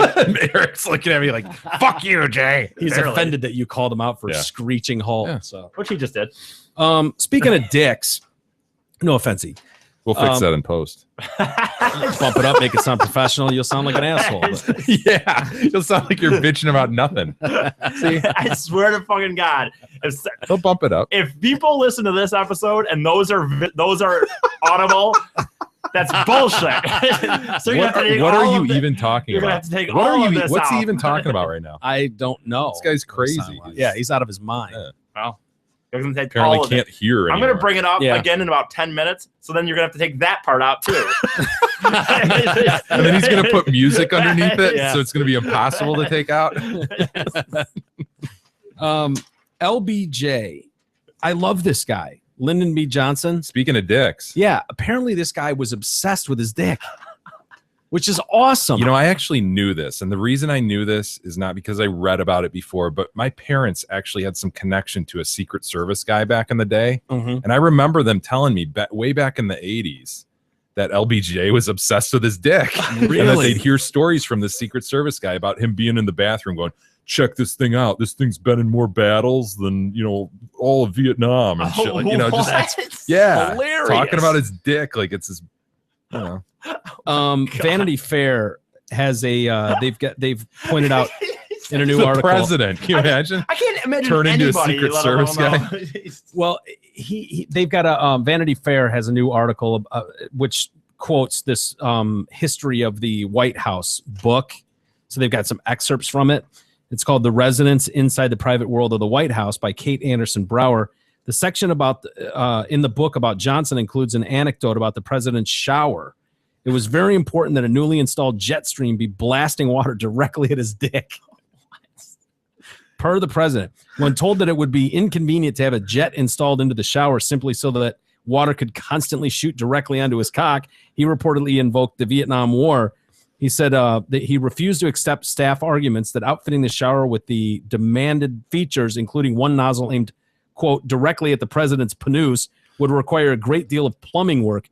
If I can move 10,000 troops in a day, you can certainly fix the bathroom any way I want. Oh my God. That had to Fuck be it. hugely unique back then to put in a second shower Yeah. spray. You Just know? right at your dick. Yeah. That's awesome. This is far from the first we've heard about LBJ's dick. Years ago, audio surfaced of him demanding that a tailor alter his pants so that they could accommodate his balls, which drooped down near, in Johnson's words, his bunghole. Oh, come on. It's like he's a Walters or something. Yeah. At least the new generation of Walters. Huge sacks. He was also notorious for involving his dick in the daily lives of his colleagues, whether they liked it or not. From an excerpt in Robert Caro's biography, they said urinating in the parking lot of the House office building as the urge took him. He would do that frequently, just whip his dick out and piss in the parking lot. That's the fucking president. If a colleague came into a Capitol bathroom as he was finishing at the urinal, he would sometimes swing around, still holding his dick, which he called jumbo. Have you ever seen anything as big as this? And he was shaking almost as if he was brandishing in a brandishing manner. That's the Come type of story, on, yeah, that dude. my parents were told. Well, I wonder how. And then big he it would start was talking then. about legislation with his dick in his hand and just be waving it around at him. Come on. I wonder, you know what I mean, though? I wonder how big it was. then. Right. Even on the floors of the House and Senate, he would extravagantly rummage away at his groin, sometimes reaching his hand through a pocket and leaning half-lifted leg for more thorough access. So he'd be like lifting his legs so he could get at it better on the House floor. God. Jesus. Dude, this is the type of shit I think as president of the United States, you should be able to do. Like, this is the like when I go back to, and we've had many discussions about the corporate world. We need more LBJs in the world. We need more guys going, hey, did you hear about this fucking asshole today? And it's like, oh, what did he say? Like, I want more fucking guys like this as leaders. They're like, yeah, check this out. They're just in the bathroom and E walks in. It's like, hey, you ever see one this big, motherfucker? Like, that's a leader. Do you agree? We need more of that. We need more of this in office. Not like trying to be this perfect person without fault, who always says the right thing, is politically correct at all times. Fuck no. I want a guy like this who's like, yeah, check out my giant dick. Yeah, someone want to refit these pants? My ball bag's dipping in my bunghole. It's fucking awesome. How ridiculous. You can't tell me that doesn't sound Yeah, better. there is a little bit something a little bit refreshing about that. Yeah. Yep. Miss those days. It sucks, man. I mean, presidents, I don't know. I won't say what I think it is, but whatever. Speaking of presidents, Yeah, did you hear? I did. Boy, I was going to GLJ. ignore Yeah, it. You but were going to ignore it because Yeah. you're so down about it. Yeah, This is not good news. It's been a rough day. I wasn't even going to do the show today, to be honest I'm not with even you. sure we want to report on it at this point because shit's so up in the air over there. Who knows Yeah. if this count is right. But reports are that our friend Good Luck Jonathan has been defeated. not GLJ 69. No. Yes, in the presidential election Yeah. in Nigeria. Yeah. So Well, there's lots of fraud over there. an era comes to an end, perhaps. Yeah. Well, I mean, there could be some hanging chad situations, or you don't want to really wait. I'd say that way. I still feel like recount possibly. GLJ's got this shit. Right. And however he needs to, he'll find a way to come through. Unless he really just wants out. I mean, that's the only reason that anyone else would win. Maybe he can affect change in the private sector. That's true. That's true. I didn't think about that. Either did I until that very moment. Hey, before moving on, Yes. I got to mention this. You've heard before, Zot Ford needs more pre-owned inventory. So now is the time to trade in that dumpy-ass used car you're driving and get yourself into a brand new shiny Ford. Zot Ford has one of the largest selections of new cars, trucks, and SUVs in the area with over 400 new Fords to choose from. Here's the best news. Zot Ford will pay you 15% over Kelly Blue Book for your trade-in now through the end of the month. Check out their deals and massive inventory at zotford.com. Very good. Hey, Winnipeg, we got a group being criticized. Of course, everybody's criticized because they gave some kid the Crybaby Award. Those Winnipegians. Yeah. This is the program director of an inner city youth center. He's being criticized after handing out a Captain Crybaby Award to an 8-year-old boy. The West Broadway Youth Outreach, kind of like the YMCA, held its annual hockey and basketball tournament over the weekend. As the tournament wraps up each year, they do joke awards. We've all seen those, right? We've all been a part of those. Ken Opalik is his name, the center's director, said the joke awards are meant to cap off the event with a little funniness for the kids. They've always been well received. The recipient of the Crybaby Award was also sent home with a bag of diapers and a pacifier. I love it. That's awesome. One of the boy's family members posted a copy of the Crybaby certificate online, which you know what happens then. You put it on Facebook. Outrageous! I can't believe This is an outrage. This is reprehensible.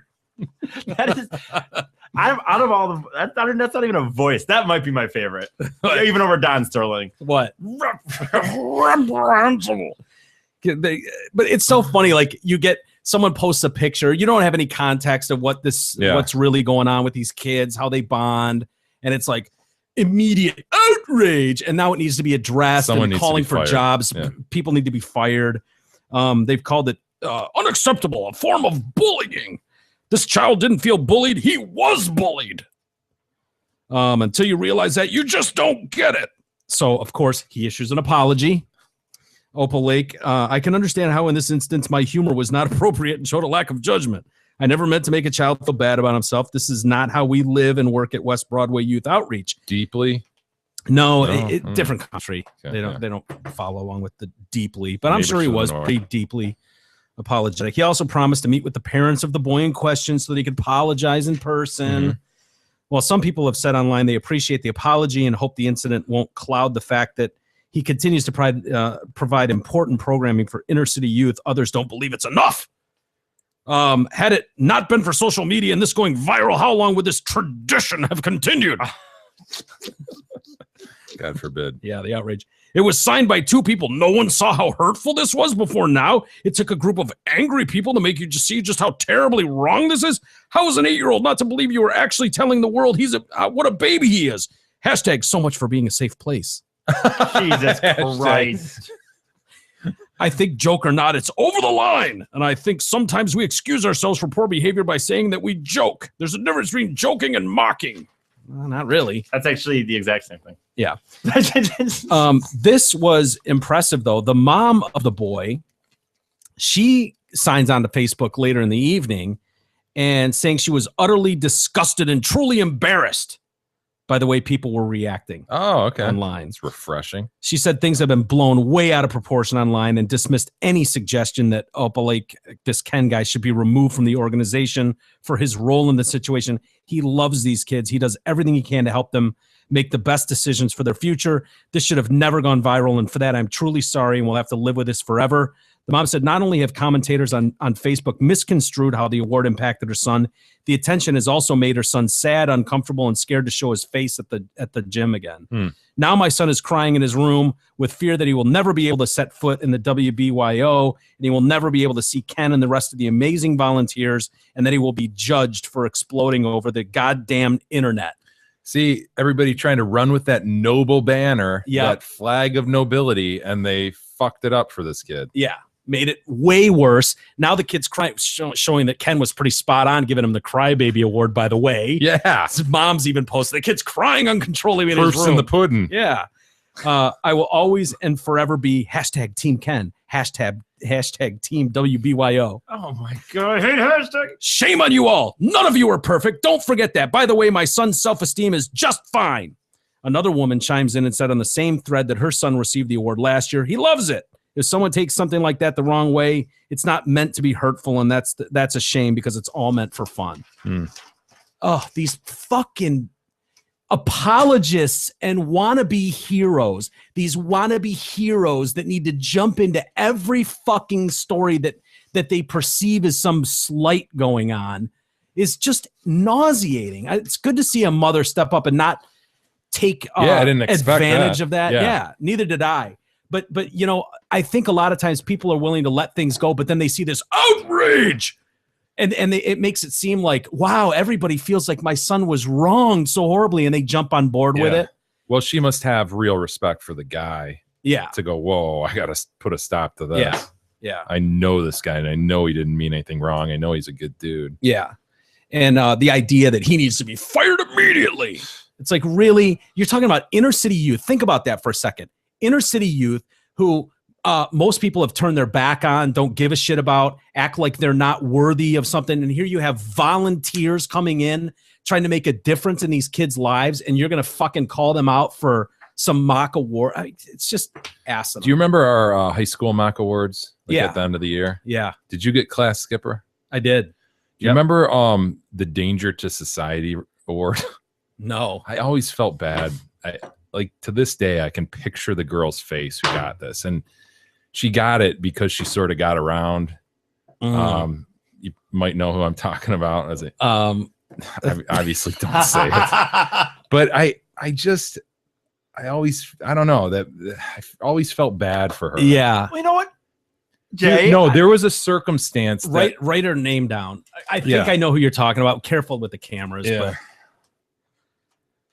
Screech. no, that's okay. That's all right. I got most likely to remain single, Yep, Jay. yep.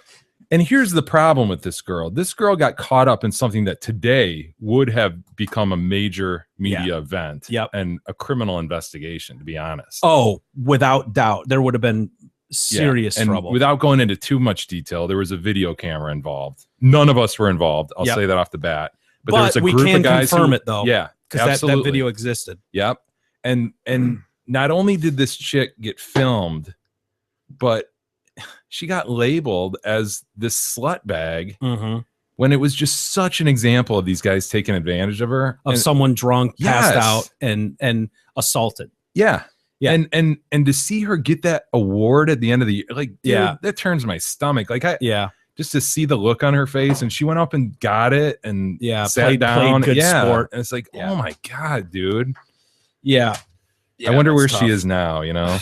Well, 'Cause it's funny. That was unbelievably damaging to her, I'm sure. Well, it was something that took on a life of its own. Yeah. And I mean, it was really, because honestly, I don't know anything about that girl except that. I story. know. That's it. She was very low key, Mhm. and that I agree with you. That's all I know about her. And it was a small enough school where you pretty much knew who everybody was. Yeah. You didn't necessarily know everybody, but you knew who they were. And Mhm. you're right, man. That's all I knew it. about that girl. Yeah. Which is sad. You're right. But well done getting the class skipper. Yeah. Yeah. You There were didn't people show that up were for mad that. at me for that. I don't think you showed up and accepted it. I did. I was there for those mock awards. Ooh, it seems like you shouldn't have. Yeah. Seems a little. There were people yelling at me as I was going up to accept that award, like, "You fucker, I worked my ass off for that award. You know, I've been working 4 years for that." I mean, I swear to God. And I, you know, I won it in a landslide. Let's be honest. I'll agree with that. Yeah. So anyway, but yeah, that's a good example, Jay, of I still think there's a difference. Like if you think of our banquet awards, you know, where they would do, and I think we had some joke ones thrown in there. There was like MVP, which Jay would always win, of course. Yeah, and just Weiner awards and shit like that. Yeah, which was just kind of like it'd be like the young kid on your team that made varsity, and the fact is he's a freshman playing on varsity, which is an honor in and of itself.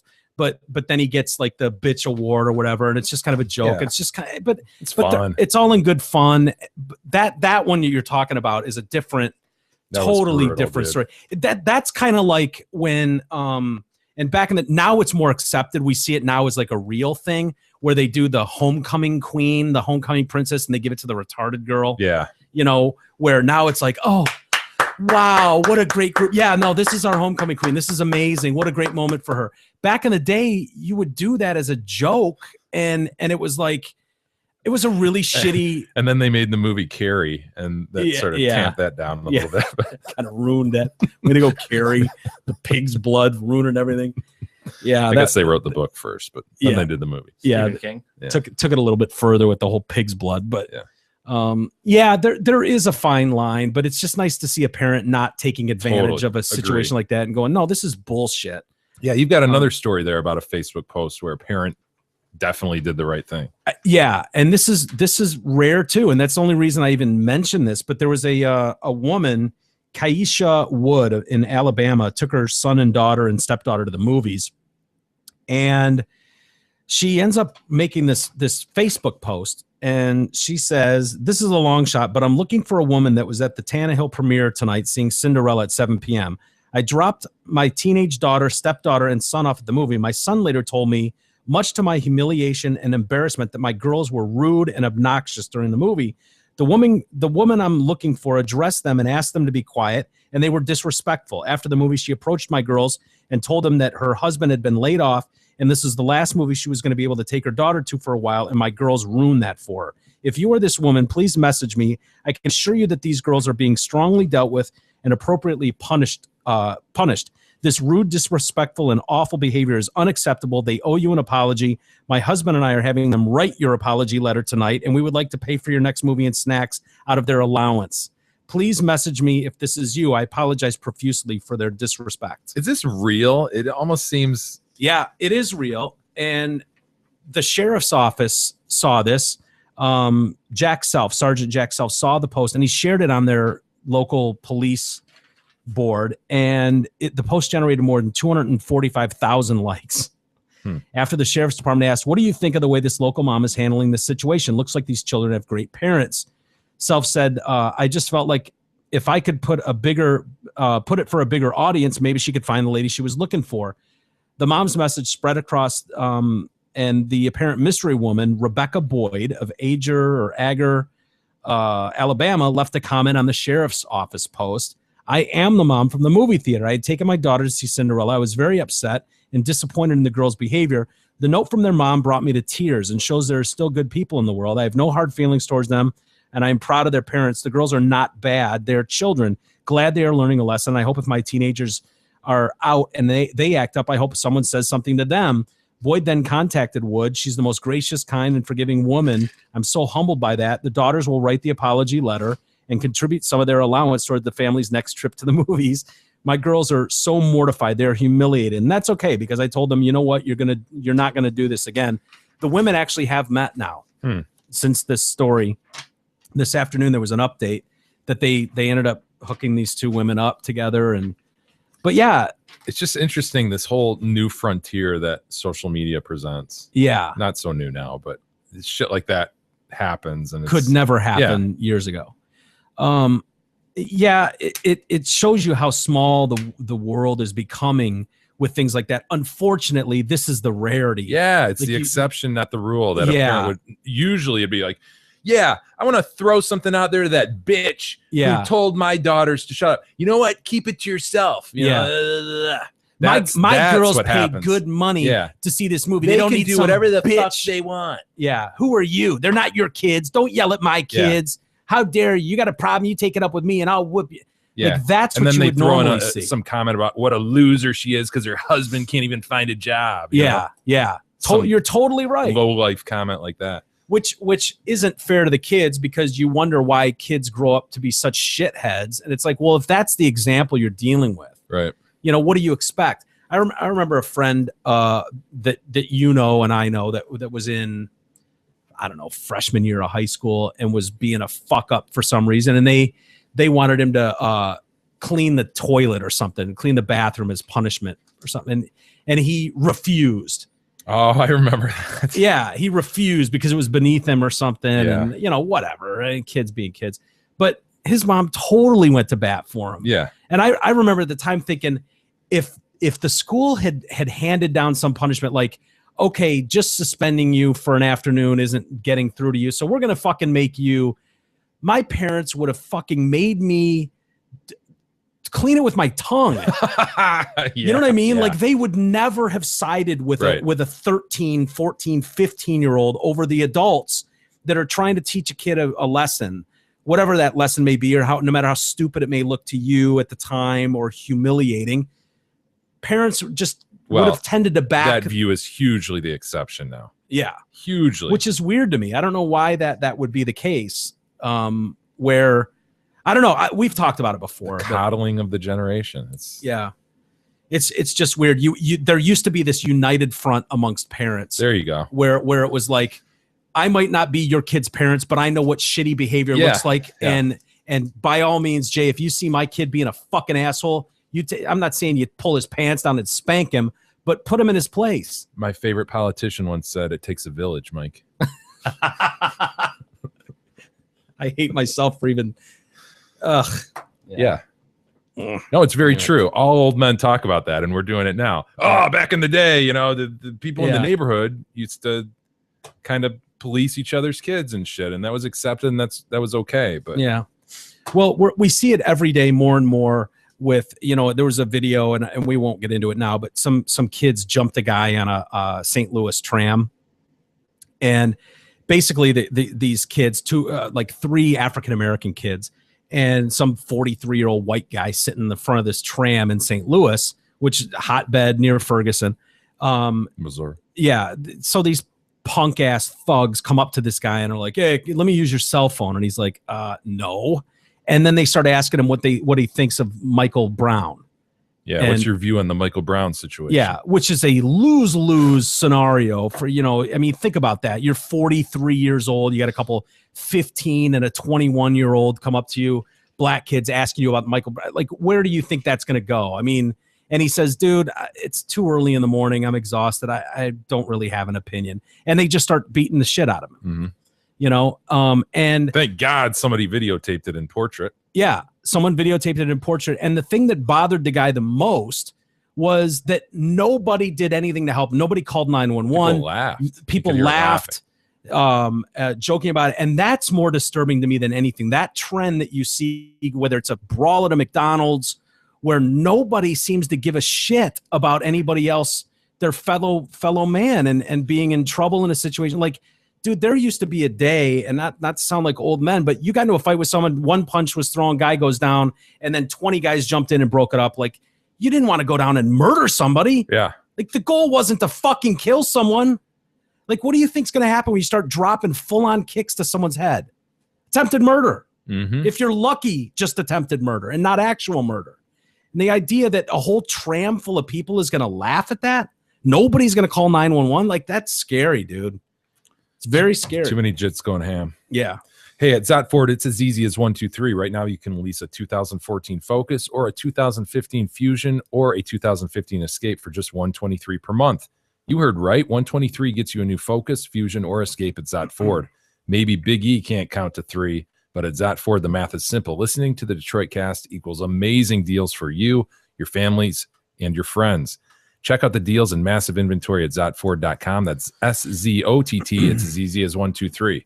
You should have heard E read that one yesterday. Really? Specs voice and trying to deal with the third person aspect of it. Oh, no. Because it mentions him personally. Yeah. Was he able referring to myself and shit? You're like, oh, let me start over. Ah. And you'll be in there tomorrow, right? Maybe myself can't count to 3. That's how I read it, I think. I'll have to suggested listen to use that. the word I, but yeah, I kind of like myself better. I like that better. It More sounds effective. more retarded. Exactly. I'm going in there tomorrow. Actually, I need to get a new car.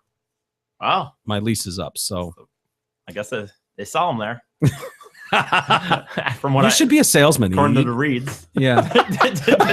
According to Jay's reads, they sell cars there. I don't know. I'm in the back. I don't actually see anything go down. So Or whatever. Yeah. Well, I'll come in and I'll say hi to you tomorrow. E. Okay. What do we got for email, We Jay? do have some email, Mike. Sarah writes in. Sarah Titties? No, different Nah. Sarah. Every Sarah is Sarah Titties. I know. by the way. Yeah. Real quick, I have realized after listening to today's episode, so episode 310, we'll refer to it as the Jay and Eric episode. Eric and Jack. I can only take Eric in small doses, says Sarah. I never realized how hyper he is. It seems like Jay is speaking in slow motion. Yeah. In I comparison. did notice that myself. That's It's funny. practically unbearable. I mean, what the hell did he even say at the 106.57 mark? I don't know either. I didn't get that far. What was going on at the 106.57 mark? I don't know.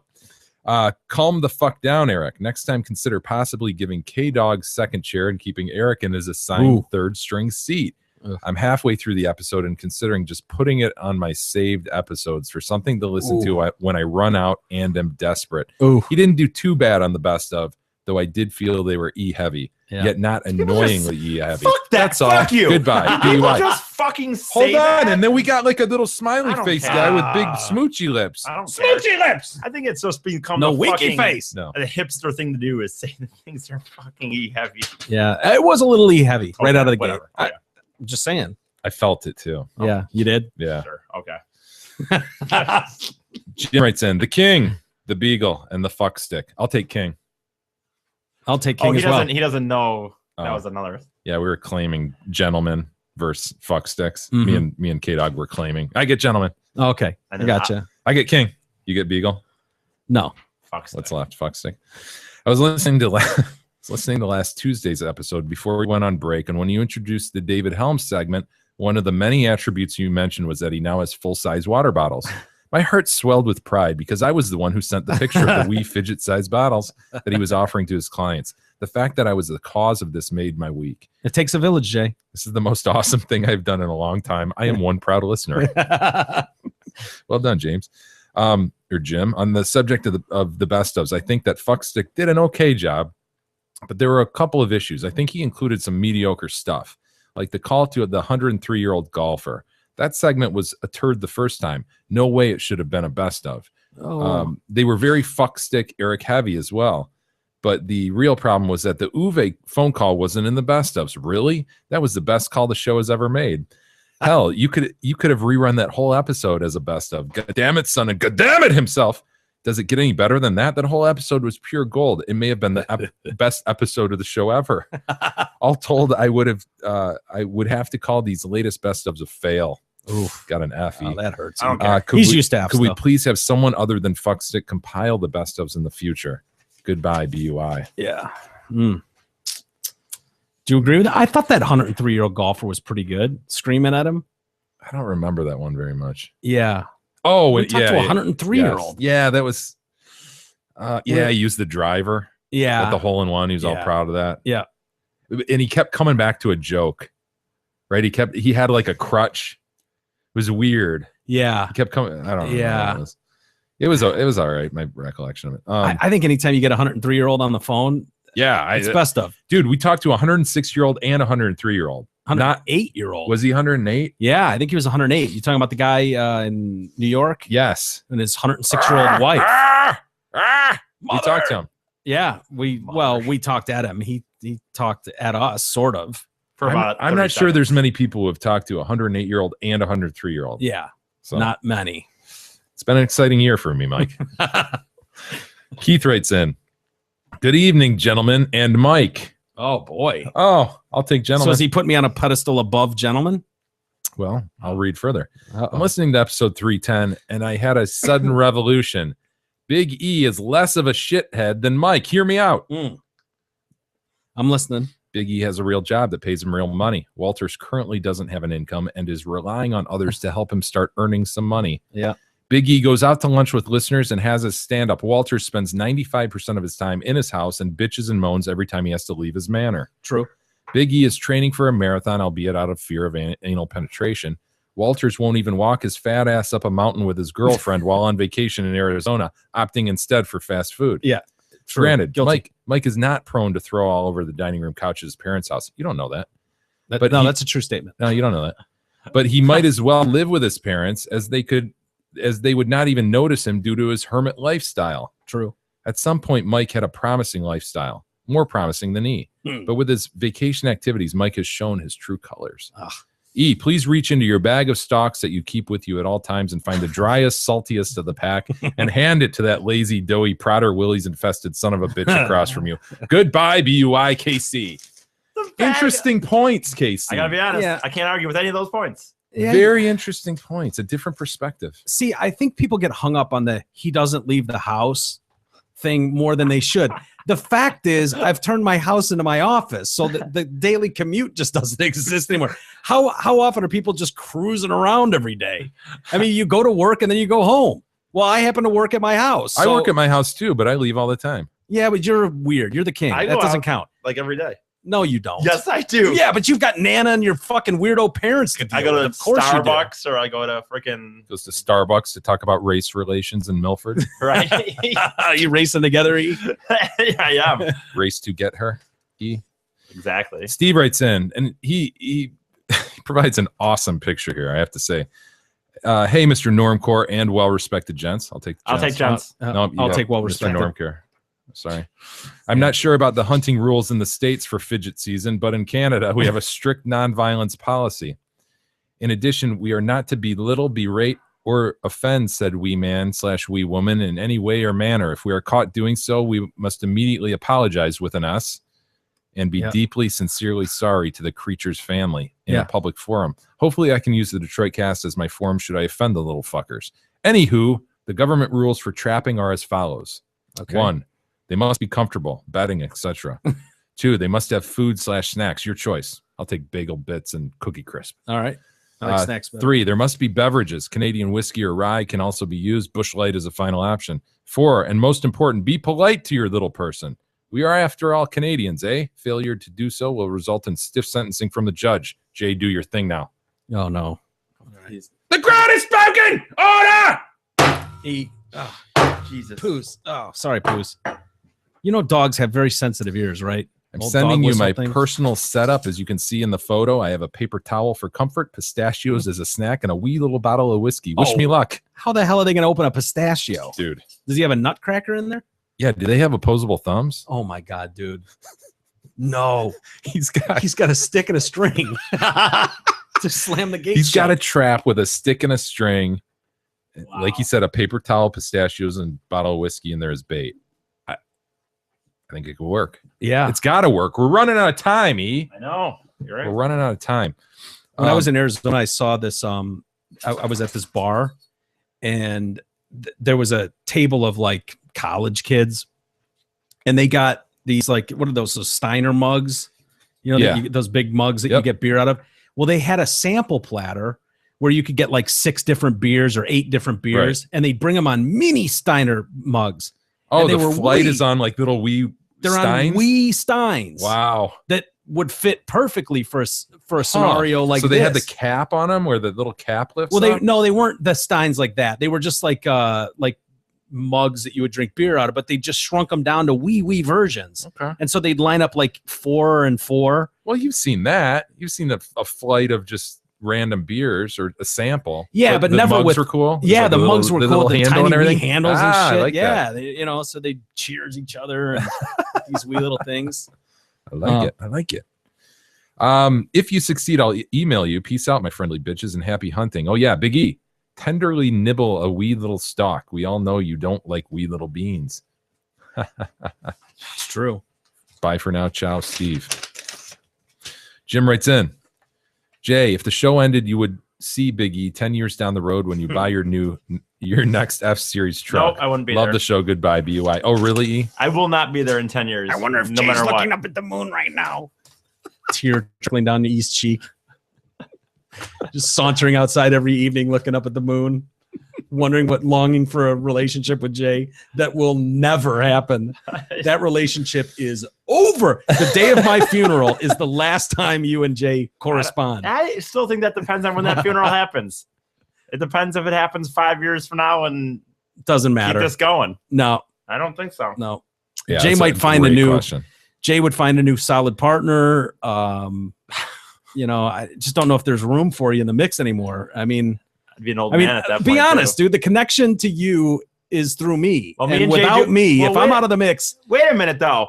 You know, this connection that you have is based on a lot of past shit. If you really, the connection now, me and Jay both want to walk the Appalachian Trail. We both enjoy working out. he admitted he'd He likes probably country kill you music. on that trip. Jay likes country music a little more now. Got some points, Mike. Lots I of people sorta- like country There are- music. They still wouldn't put up with you if they didn't have No, to. but I'm saying though, right now, you guys may have a history. My God, But me the and me have person more that- in common than me and you. as it sits right now. Maybe so, I'm telling you, dude, it's just a Maybe fact so. that you're going to have to get used to. If Well. I expire, severed, that is severed for good. If the show ends, There might be some text back and forth in the early days, maybe even a phone call on your birthday or something. He doesn't want to believe it. No, he doesn't. He will go on with life. or we could go walk be the Appalachian Trail. successful. Nah, God, yeah, I he wanna could do walk that the with his wife. Appalachian Trust me, his wife wouldn't drive him nuts on the Appalachian Trail. He would kill you on the Appalachian Trail. If you stuck him in a weeks on end scenario with just you, you're a dead man. You're a dead man walking. You're syncing up your own funeral. I'll take that chance.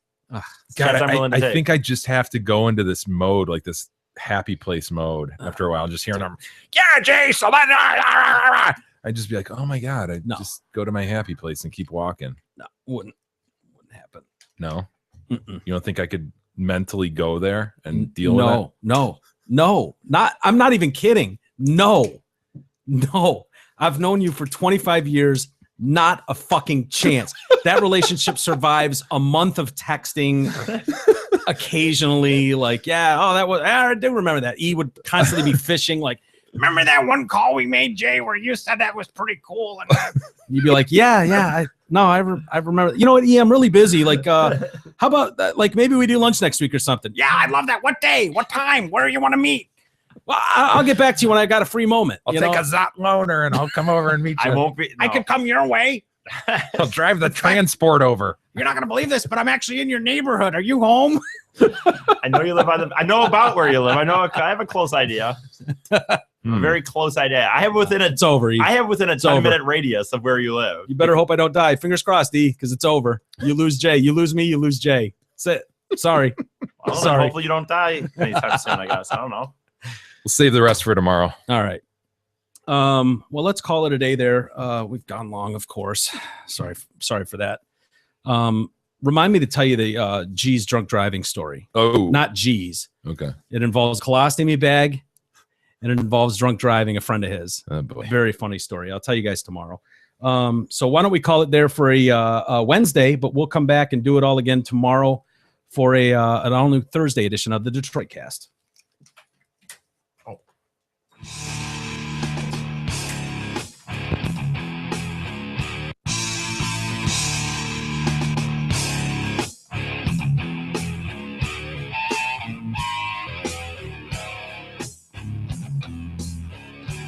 You've been listening to the Detroit Cast.